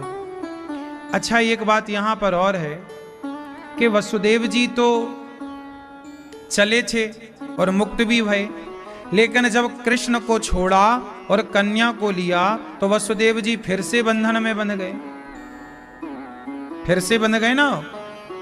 अब ये बताओ कि जब वसुदेव जी मुक्त भये तो फिर बंधन में बंधे क्यों? क्यों? वसुदेव जी कृष्ण को लेकर गए तो बंधन से मुक्त हो गए, फिर कृष्ण को छोड़ा और यशोदा की बेटी को लेकर आए तो पुनः बंधन में। अब जब मुक्त भय थे तो बंध काहे गए? क्यों बंध गए बताओ आप? बैठे बैठे, खड़े नहीं होने का।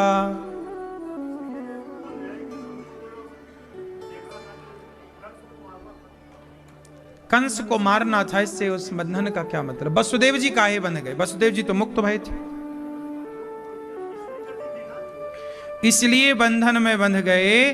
क्योंकि भगवान को लेकर चले तो भगवान तो बंधन से मुक्त कराते हैं, लेकिन भगवान को छोड़ दिया ना वसुदेव जी ने, और माया को लेकर आए। कन्या माया का स्वरूप थी। जब आप भगवान को लेकर चलते हैं तो आप बंधन से मुक्त होते हैं, और जब आप भगवान को भूल जाते हैं, छोड़ देते हैं, तो आप बंधन में बंध जाते हैं। इसलिए भगवान को छोड़ना नहीं है, भगवान को भूलना नहीं है। जानत हूं अस स्वामी बिसारी, फिर ही ते काहे न होहि दुखारी। भगवान को भूल जाना ही दुख है, भगवान का स्मरण बना रहे यही सुख है। तो आपको भगवान को भूलाना नहीं है। क्यों? भगवान को भूल जाना सही है? आज के लोग भगवान को भूल जाते हैं। क्यों भैया?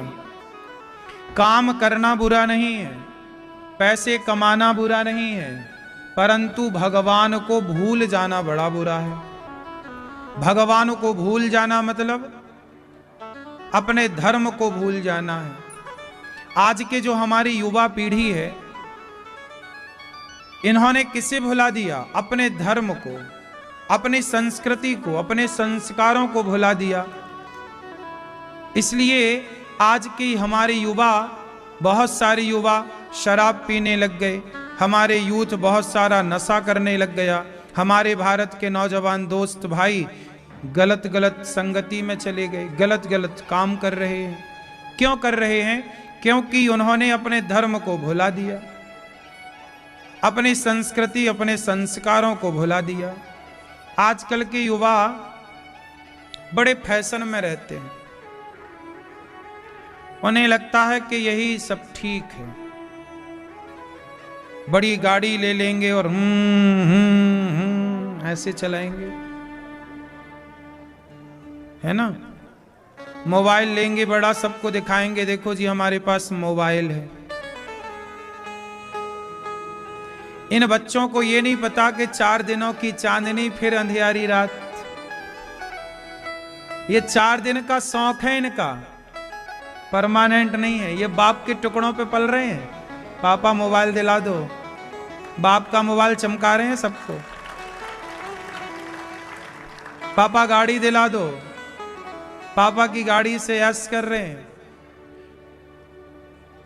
आज की युवा पीढ़ी में और ये दास अनिरुद्ध में केवल यही अंतर है कि आज की युवा पीढ़ी बाप के टुकड़ों पे पल रही है, जबकि आपकी उम्र में जब हम आए, जब हम 20 साल के हुए, जब हम 18 साल के हुए और 25 साल के हुए, जब हम 25 साल के हुए, ये दास अभी 34 साल का है, जब हम 25 साल के हुए ना, तब हमने वृद्ध माताओं की सेवा स्टार्ट कर दी। 25 साल की आयु से हमने सेवाएं स्टार्ट कर दी। जिस उम्र में लड़के बाप के टुकड़ों पर पलते हैं, उस उम्र में हमने समाज की सेवा स्टार्ट कर दी। हमने पिता के टुकड़ों पे पलने वाली बातें नहीं की और ना ही समाज को कहा। हम कहते हैं युवाओं को कि बाप के टुकड़ों पर क्यों पलना, सपने तुमने देखे हैं तो पिता क्यों पूरा करेगा। सपने तुम्हारे हैं तो पूरे भी स्वयं करो, आप खुद पूरे करो। हमने अपने जीवन में जितने सपने देखे, हमने किसी के बदौलत सपने नहीं देखे, अपने सपने अपने बल पर पूरे किए। हमारे युवा 10 बजे सोकर उठते हैं, है ना। और ये दास अनिरुद्ध जिस समय हमारा युवा सोकर उठता है, उस समय हमारे गौरी गोपाल में 1000 लोग कम से कम भोजन कर चुके होते हैं। आज का युवा जितने बजे सो के उठता है ना भैया, उतने बजे तक तो गौरी गोपाल में हजारों लोग भोजन कर चुके होते हैं। इसलिए हमने सपने देखे तो हैं, पर किसी के भरोसे नहीं, एक भगवान के भरोसे और आप अपनी मेहनत, अपने काबिलियत के भरोसे। आज के युवाओं ने गलती क्या कर दी? दिखावे की जिंदगी जीने लग गए। कर्जा लेके घी पीने वाली कहावत। एक लड़का मेरे पास आया, बोला महाराज जी मैं ब्रांडेड कपड़े पहनता हूं, महंगे महंगे शौक रखता हूं। मैंने कहा भाई तेरी महंगे महंगे शौक और ब्रांडेड कपड़े, बड़ा मोबाइल, बड़ी गाड़ी का शौक ना पाल। मैंने कहा पैसे कितने कमाता है? बोले मैं 40,000 कमाता हूं। मैंने कहा भाई 40,000 कमाता है, बड़ा मोबाइल, बड़ी गाड़ी और ब्रांडेड कपड़े पहन के तो सब 40,000 उड़ जाएगा। बेटा वो 40,000 बचा, कपड़े तो नॉर्मल ही पहन, किसे दिखाना है? दुनिया को ज्यादा दिखाओ तो दुनिया जलती है। और आप सोचते हैं जलाओ, क्या करना, चक्कर में ना पड़ो। दुनिया तो देखो, आप अच्छा करोगे तो दुनिया को ना सुहाएगा, और आप बुरा करोगे तो दुनिया को ना सुहाएगा। क्या सीता माँ दुनिया को सुहाई? कहने वालों ने तो सीता माँ को नहीं छोड़ा कहने से। भगवान तो राम भगवान थे, वो सबको खुश नहीं कर पाए अपनी प्रजा को, तो तुम खुश कर लोगे। इसलिए दिखावे का जीवन ना हो, आप यथार्थ में जियो। 2 पैसे कमाओ, बचाओ, और बचा करके वो पैसे अपने लिए एक बढ़िया सा घर खरीदो, प्लॉट खरीदो, अपने लिए बिजनेस करो, व्यापार करो, अपना उद्योग बढ़ाओ, अपना कारोबार बढ़ाओ। समझदारी ये है कि आप अपना बिजनेस बढ़ाएं, अपने लिए घर खरीदें, अपने मोबाइल बड़ा और गाड़ी, आज 50 लाख की गाड़ी आप खरीद लो तो अगले साल वो 50 लाख की गाड़ी 25 लाख की हो जाएगी। 2 साल बाद वो गाड़ी 15 लाख की हो जाएगी। गाड़ी की कीमत घटेगी, लेकिन 50 लाख का आपने घर खरीदा होगा तो अगले साल वो 70 लाख का हो जाएगा और अगले साल वो 80 लाख का हो जाएगा।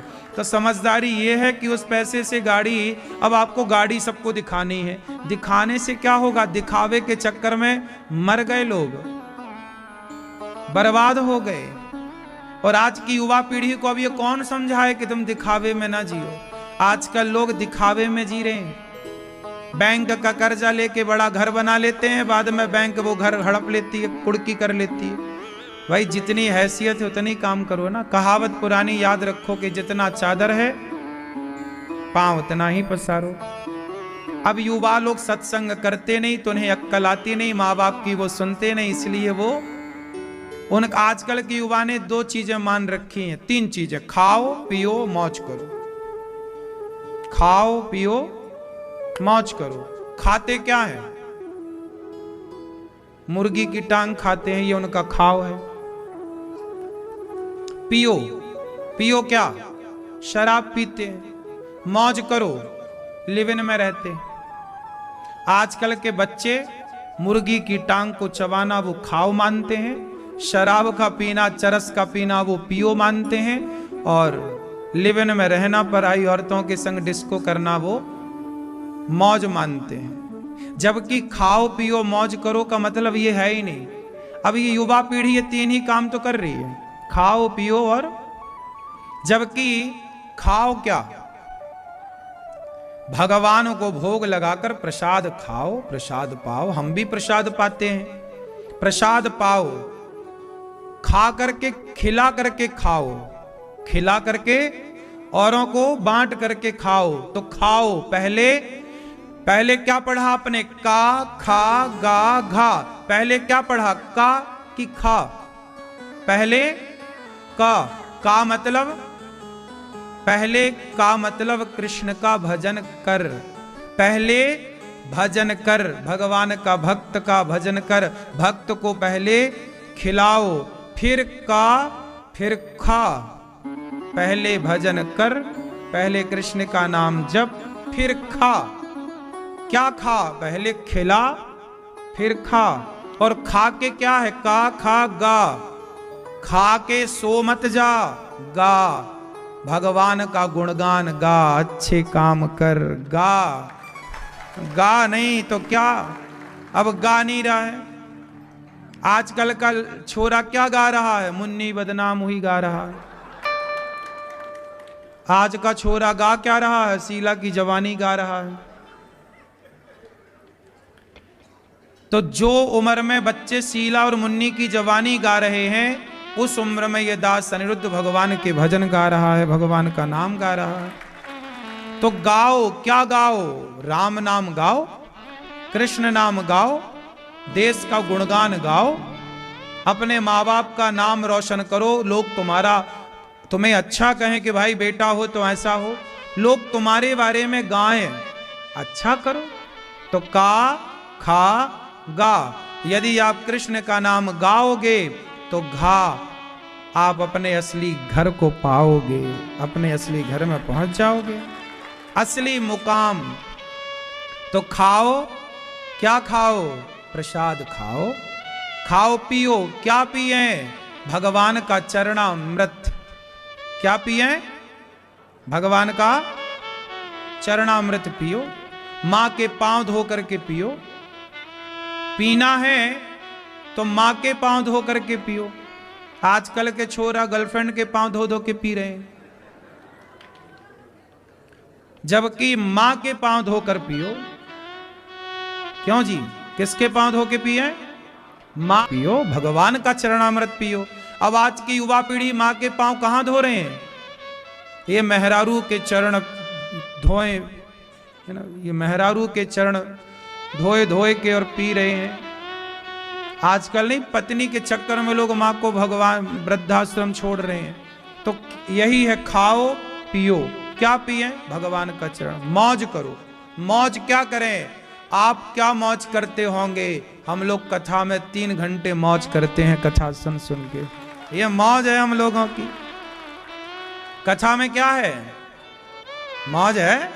3 घंटे सवेरे मौज की, अब 3 घंटे अब शाम को। हाँ, मौज ही मौज है। कथा सुनेंगे, कथा सुनाएंगे, भजनों में झूमेंगे, नाचेंगे, है ना, और क्या, भगवान का चिंतन हो रहा है, तो ये मौज है। ये छोरा छोरी आज क्या मौज करते होंगे? मौज तो मीराबाई ने की। पग घुंघरू बांध मीरा नाची रे, लोग कहें वो तो भई रे बबरिया, सास कहे कुल नासी रे, पग घुंघरू बांध मीरा। हाँ, मौज तो मीरा ने की। मौज ही करना है तो मौज का मतलब ये नहीं कि तुम पराई औरत, पराई लड़की, पराई लड़के के संग घूमो फिरो, वो मौज नहीं है। भगवधाम वृंदावन आओ, यहाँ बिहारी जी के दर्शन करो, वृंदावन की परिक्रमा लगाओ, गिरिराज जी की तलहटी में झूमो, यही मौज है। प्रसाद पाओ भगवान का, यही मौज है। कभी मौज उड़ाना है, मौज करना तो वृंदावन आओ, 3 घंटे कथा सुनो, 7 दिन रहो, मौज है। क्यों? तो ये आजकल की युवा पीढ़ी नहीं समझती। भगवान श्री कृष्ण अभी छोटे से हैं, 6 दिन के, तब तक पूतना मौसी आ गई।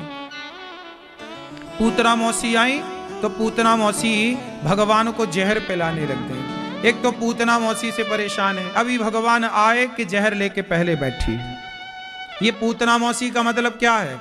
कृष्ण का जन्म हुआ कि पूतना आ गई जहर पिलाने। क्या मतलब, क्या शिक्षा मिली? क्या शिक्षा मिली मेरी माँ? शिक्षा ये मिली कि आपके बच्चे जरा तैयार हों। जैसे आपके बच्चे जरा 12 साल के हो गए या 15 साल के हो गए, जैसे ही आपके बच्चे थोड़ा जवानी में आएंगे ना, कि पूतना जैसे समाज में कुछ लोग हैं जो आपके बच्चों को पहले ही बिगाड़ने आ जाएंगे, जहर पिलाने आएंगे। जैसे आजकल ना युवाओं को 15 साल का लड़का है, वो अपने दोस्तों के साथ बैठता है ना, तो उसके जो दोस्त हैं, कुछ लोग उम्र में बड़े हैं, वो उसे फ्री में शराब पिलाते हैं, यार एक पैक पी ले।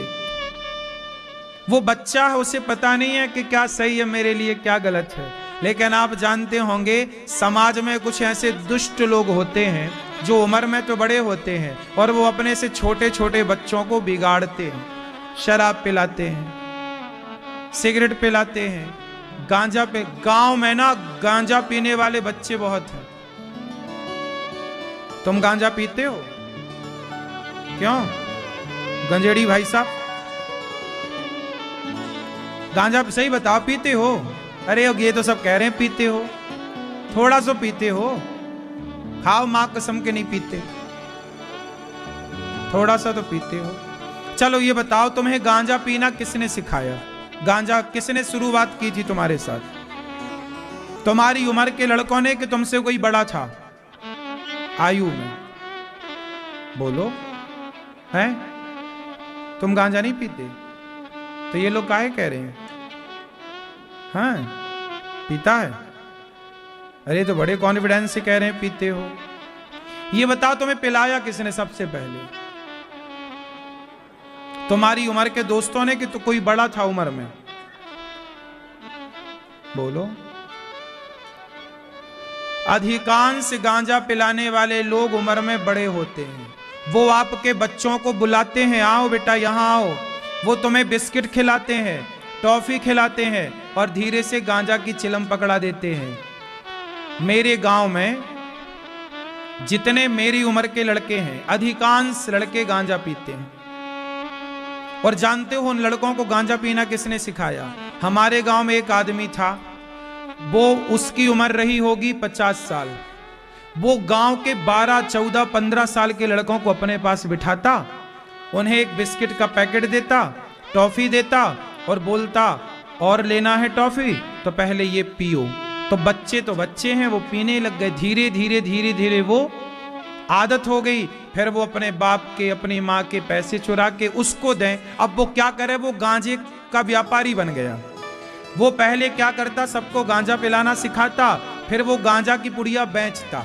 एक्चुअली वो गांजा बेचने वाला था, तो उसका गांजा खरीदे कौन? तो छोटे छोटे पूरे गांव के बच्चों को गंजेड़ी बना दिया। और एक गांव नहीं, 50 गांव के बच्चों को। ऐसे ही एक शराबी होता है, वो 10 बच्चों को बिठा के शराब पिलाता है। तो आपके बच्चों को दूसरे लोग बिगाड़ रहे हैं। वो चाहते हैं कि आपके बच्चे बिगड़ जाएं, उन्हें मजा आता है। क्यों जी, ये बात सही है? ऐसी होता है ना। कोई भी बच्चा अपने से नहीं बिगड़ता, कोई भी लोग अपने से नहीं बिगड़ते। समाज में कुछ लोग ऐसे होते हैं जो बच्चों को बिगाड़ते ही हैं। क्यों जी, बात सही है? ऐसे लोगों को आप सब लोग आज के समय पर ऐसे लोग यदि मिल जाएं तो इनकी अच्छी पूजा करना चाहिए, मिर्ची का धुआं देकर, उल्टा लटका के अच्छे लाल मिर्ची का धुआं। क्यों मैया? पूरे देश के लोगों को बिगाड़ रखा है नशा ने। सरकार का भी बिल्कुल ध्यान नहीं है। सरकार भी देखो बोतल बेच रही है, बोतल में लिखा है शराब पीना स्वास्थ्य के लिए हानिकारक है। भैया जब हानिकारक है तो तुम बेच काहे रही हो सरकार खुले में? हमारी कितनी माताएं ऐसी हैं, आप में से कितने लोग चाहते हैं कि शराब बिकती रहे? कितने लोग चाहते हैं कि शराब? ठीक है, आप पीते हो शराब? भैया आप लोग चश्मा वाले, आप पीते हो कभी कभी? पीछे वाले मैया, आप पीती हो शराब? सही है, तुम पीते हो?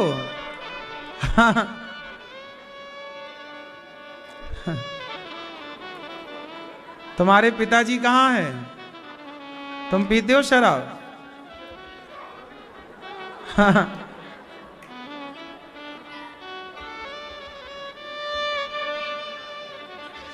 तो शराब सरकार चाहे तो बंद कर दे।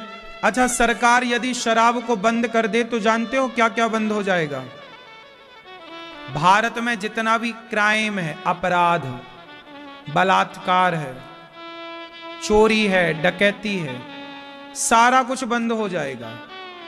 जेल में जितने कैदी हैं, जेल में आधे के आधे भी लोग ना बचेंगे यदि शराब बंद हो जाए तो। शराब बंद हो जाने से इस देश का बहुत भला होगा। हमारे देश से गरीबी खत्म हो जाएगी। आज गरीबी की वजह क्या है? गरीबी की वजह शराब है। पूछो कैसे?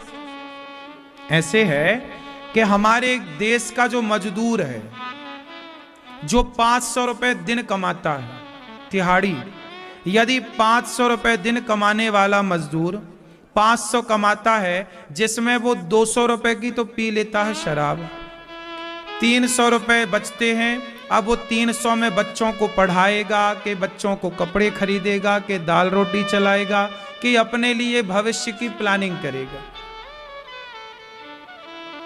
क्यों? 300 रुपए में क्या होगा?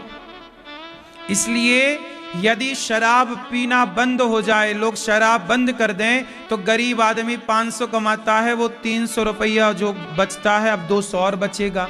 इससे क्या होगा? उसके बच्चे पढ़ जाएंगे, वो पत्नी के पास बैठ के पत्नी को टाइम दे पाएगा। अब शराब पी के आता है और पत्नी को समय देता नहीं, मारता पीटता और है, पत्नी बेचारी परेशान है। यदि वो पैसा बचाए, अपने लिए घर बनाए, धीरे धीरे बच्चों को पढ़ाए, इससे धीरे धीरे क्या होगा? उसकी गरीबी दूर हो जाएगी। अब ये मान लो कि वो 6,000 रुपए महीना, यदि 200 रुपए की शराब वो रोज पीता है तो 6,000 रुपए महीना हो गया। 200 के हिसाब से कितना हुआ? 6,000 रुपए महीना। 6,000 रुपए महीने की तो वो शराब पीता है, जबकि 6,000 रुपए महीने में अच्छे स्कूल में उसका बच्चा पढ़ सकता है। नहीं पढ़ सकता? क्यों? आज अच्छे से अच्छे स्कूल में 6,000 रुपए महीना में बच्चा पढ़ सकता। तो मतलब उसके शराब पीने के पैसे से उसके बच्चे का भविष्य बन सकता है कि नहीं? यदि हर शराबी शराब ना पी और वो पैसा अपने परिवार में खर्च करे तो उसके परिवार की तकदीर और तस्वीर कुछ और होगी। लेकिन विडंबना है, इस देश में चुनाव जीत लिए जाते हैं शराब बांटकर। नेता तो चाहती नहीं है कि शराब बंद हो, क्योंकि उनको चुनाव ही शराब के बल पे जीतना होता है। आदमी सुनो, बात सच्ची है पर बड़ी कड़वी है। आजकल का व्यक्ति केवल अपने स्वार्थ के लिए लाखों लोगों के जीवन के साथ खिलवाड़ कर रहा है, केवल अपने स्वार्थ के लिए। यदि व्यक्ति निज स्वार्थ छोड़ दे और वो राष्ट्र हित की बात करने लग जाए या राष्ट्र के बारे में सोचने लग जाए, तो हमारा देश कहां से कहां पहुंच जाए। बात सही है कि गलत है? यदि भारत का प्रत्येक मजदूर, मैं देखता हूं, मैं यहां काम, देखो गौरी गोपाल में तो काम चल रहा है, कितने सारे मजदूर यहां काम करते हैं। मैं रोज ऊपर जाता हूं, सारे मजदूर लगभग 99% मजदूर शाम को दिन भर काम करेंगे, तपेंगे, मेहनत करेंगे और शाम को शराब पी के बिल्कुल पड़े रहते हैं, शराब के नशे में। कोई 200 की पी गया तो कोई 300 की पी गया। हर पूरे भारत के मजदूर का ये हाल है। हाँ या ना? सही है कि गलत है? यदि ये सारे लोग, मैं इनसे समझाता हूं, बेटा जो पैसा तुम खर्च कर गए, तुम एक बार, मैं अभी बिहार गया कथा करने, तो मैं एक झोपड़े पे गया, एक बहन के घर चला गया। वो वीडियो आपने यूट्यूब पर देखी भी हो। मैं एक बहन के घर गया, कथा के बाद मैं सबके घर जाता था, तो एक दिन वो बहन, उसकी घास की झोपड़ी थी, उसके 2-3 बच्चे थे। उसकी पत्नी मेरे से बोली कि मेरा पति 9 महीने बाद काम करके लौटा है दिल्ली से। बिहार की रहने वाली वो महिला थी। तो वो पत्नी रो रही थी कि 9 महीने बाद पति आए हैं और 1 रुपया नहीं लाए हैं।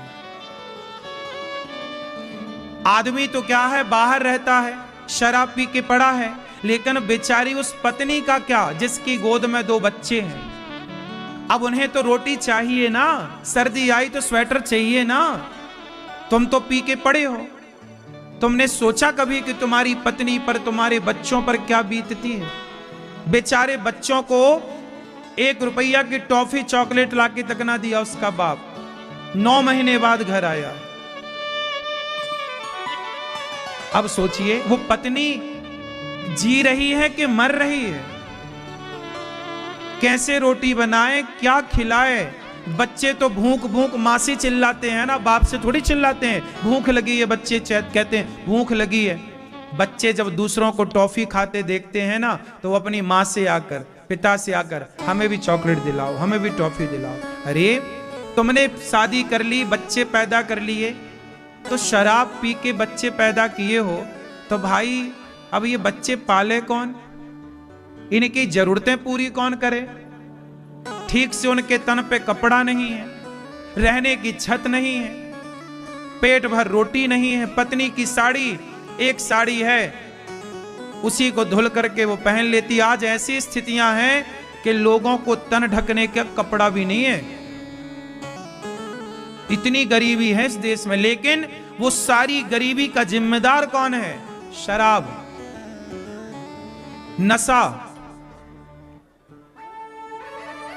शराब ना होती तो 9 महीने में आदमी कुछ तो कमाता, महीने का 10,000 भी कमाता तो 90,000 रुपए होता है महीने का। 90,000 में भी आदमी के थोड़ा थोड़ा व्यवस्था करे तो देखो, थोड़ा सा छत डाल सकता है आदमी, छोटा सा घर बना सकता है आदमी, अपने बच्चों को पढ़ा लिखा कर उनकी छोटी मोटी जरूरतें तो पूरी करा ही सकता है। ये पुरुष वर्ग को ना अक्कल नहीं है बिल्कुल भी। शादी कर लेता है मजे मजे के चक्कर में, और फिर बच्चे जब पैदा होते हैं तो रोता रोता फिरता है, शराब पी के पड़ा है, पत्नी और बच्चों का कोई ख्याल नहीं है। इसलिए कहता हूं, विवाह करने के पहले लड़के की योग्यता देखनी बहुत जरूरी है। शराबी आदमी, स्त्री कुंवारी रह जाए अच्छा है, पर शराबी के गले न बंधे। शराबी मर्द की पत्नी जितना दुख उठाती है, नरक में भी इतना दुख नहीं है जितना दुख शराबी की पत्नी को है। नरक की पीड़ा से ज्यादा पीड़ा शराबी की पत्नी को पीड़ा है। यह बात सही है कि गलत है? लेकिन ये बॉलीवुड अंधा है, इसे नहीं समझ आ रही है। ये शराब का सबसे बड़ा प्रचारक तो बॉलीवुड है। मुझे पीने का शौक नहीं, पीता हूं गम भुलाने को। तो ये मजदूर आदमी पढ़ा लिखा तो है ही नहीं, उसे लगता शायद मेरा भी कुछ गम दूर हो जाए। खाक गम दूर होता है, बच्चे और पत्नी और भूखे प्यासे मरते हैं तेरे शराब के कारण। क्यों? बॉलीवुड ने जितना नुकसान पहुंचाया है इस देश को, आज जितने भी पत्नियां हैं जिनका पति शराब पी के घर नहीं आ रहा है, पड़ा है, बच्चों को देख नहीं रहा है, ये सारे शराब पीने वाले जो पुरुष हैं और इनकी पत्नी की जो बद्दुआएं हैं, ये किससे लगेंगी? शराब का सबसे बड़ा प्रचारक तो बॉलीवुड है। शराब का प्रचार करता है बॉलीवुड, लेकिन शंकर जी पर दूध क्यों चढ़ाते हो? शंकर जी के दूध से उस बॉलीवुड को बड़ी आपत्ति है, जैसे इनके बाप से पैसा लेके चढ़ाते हो।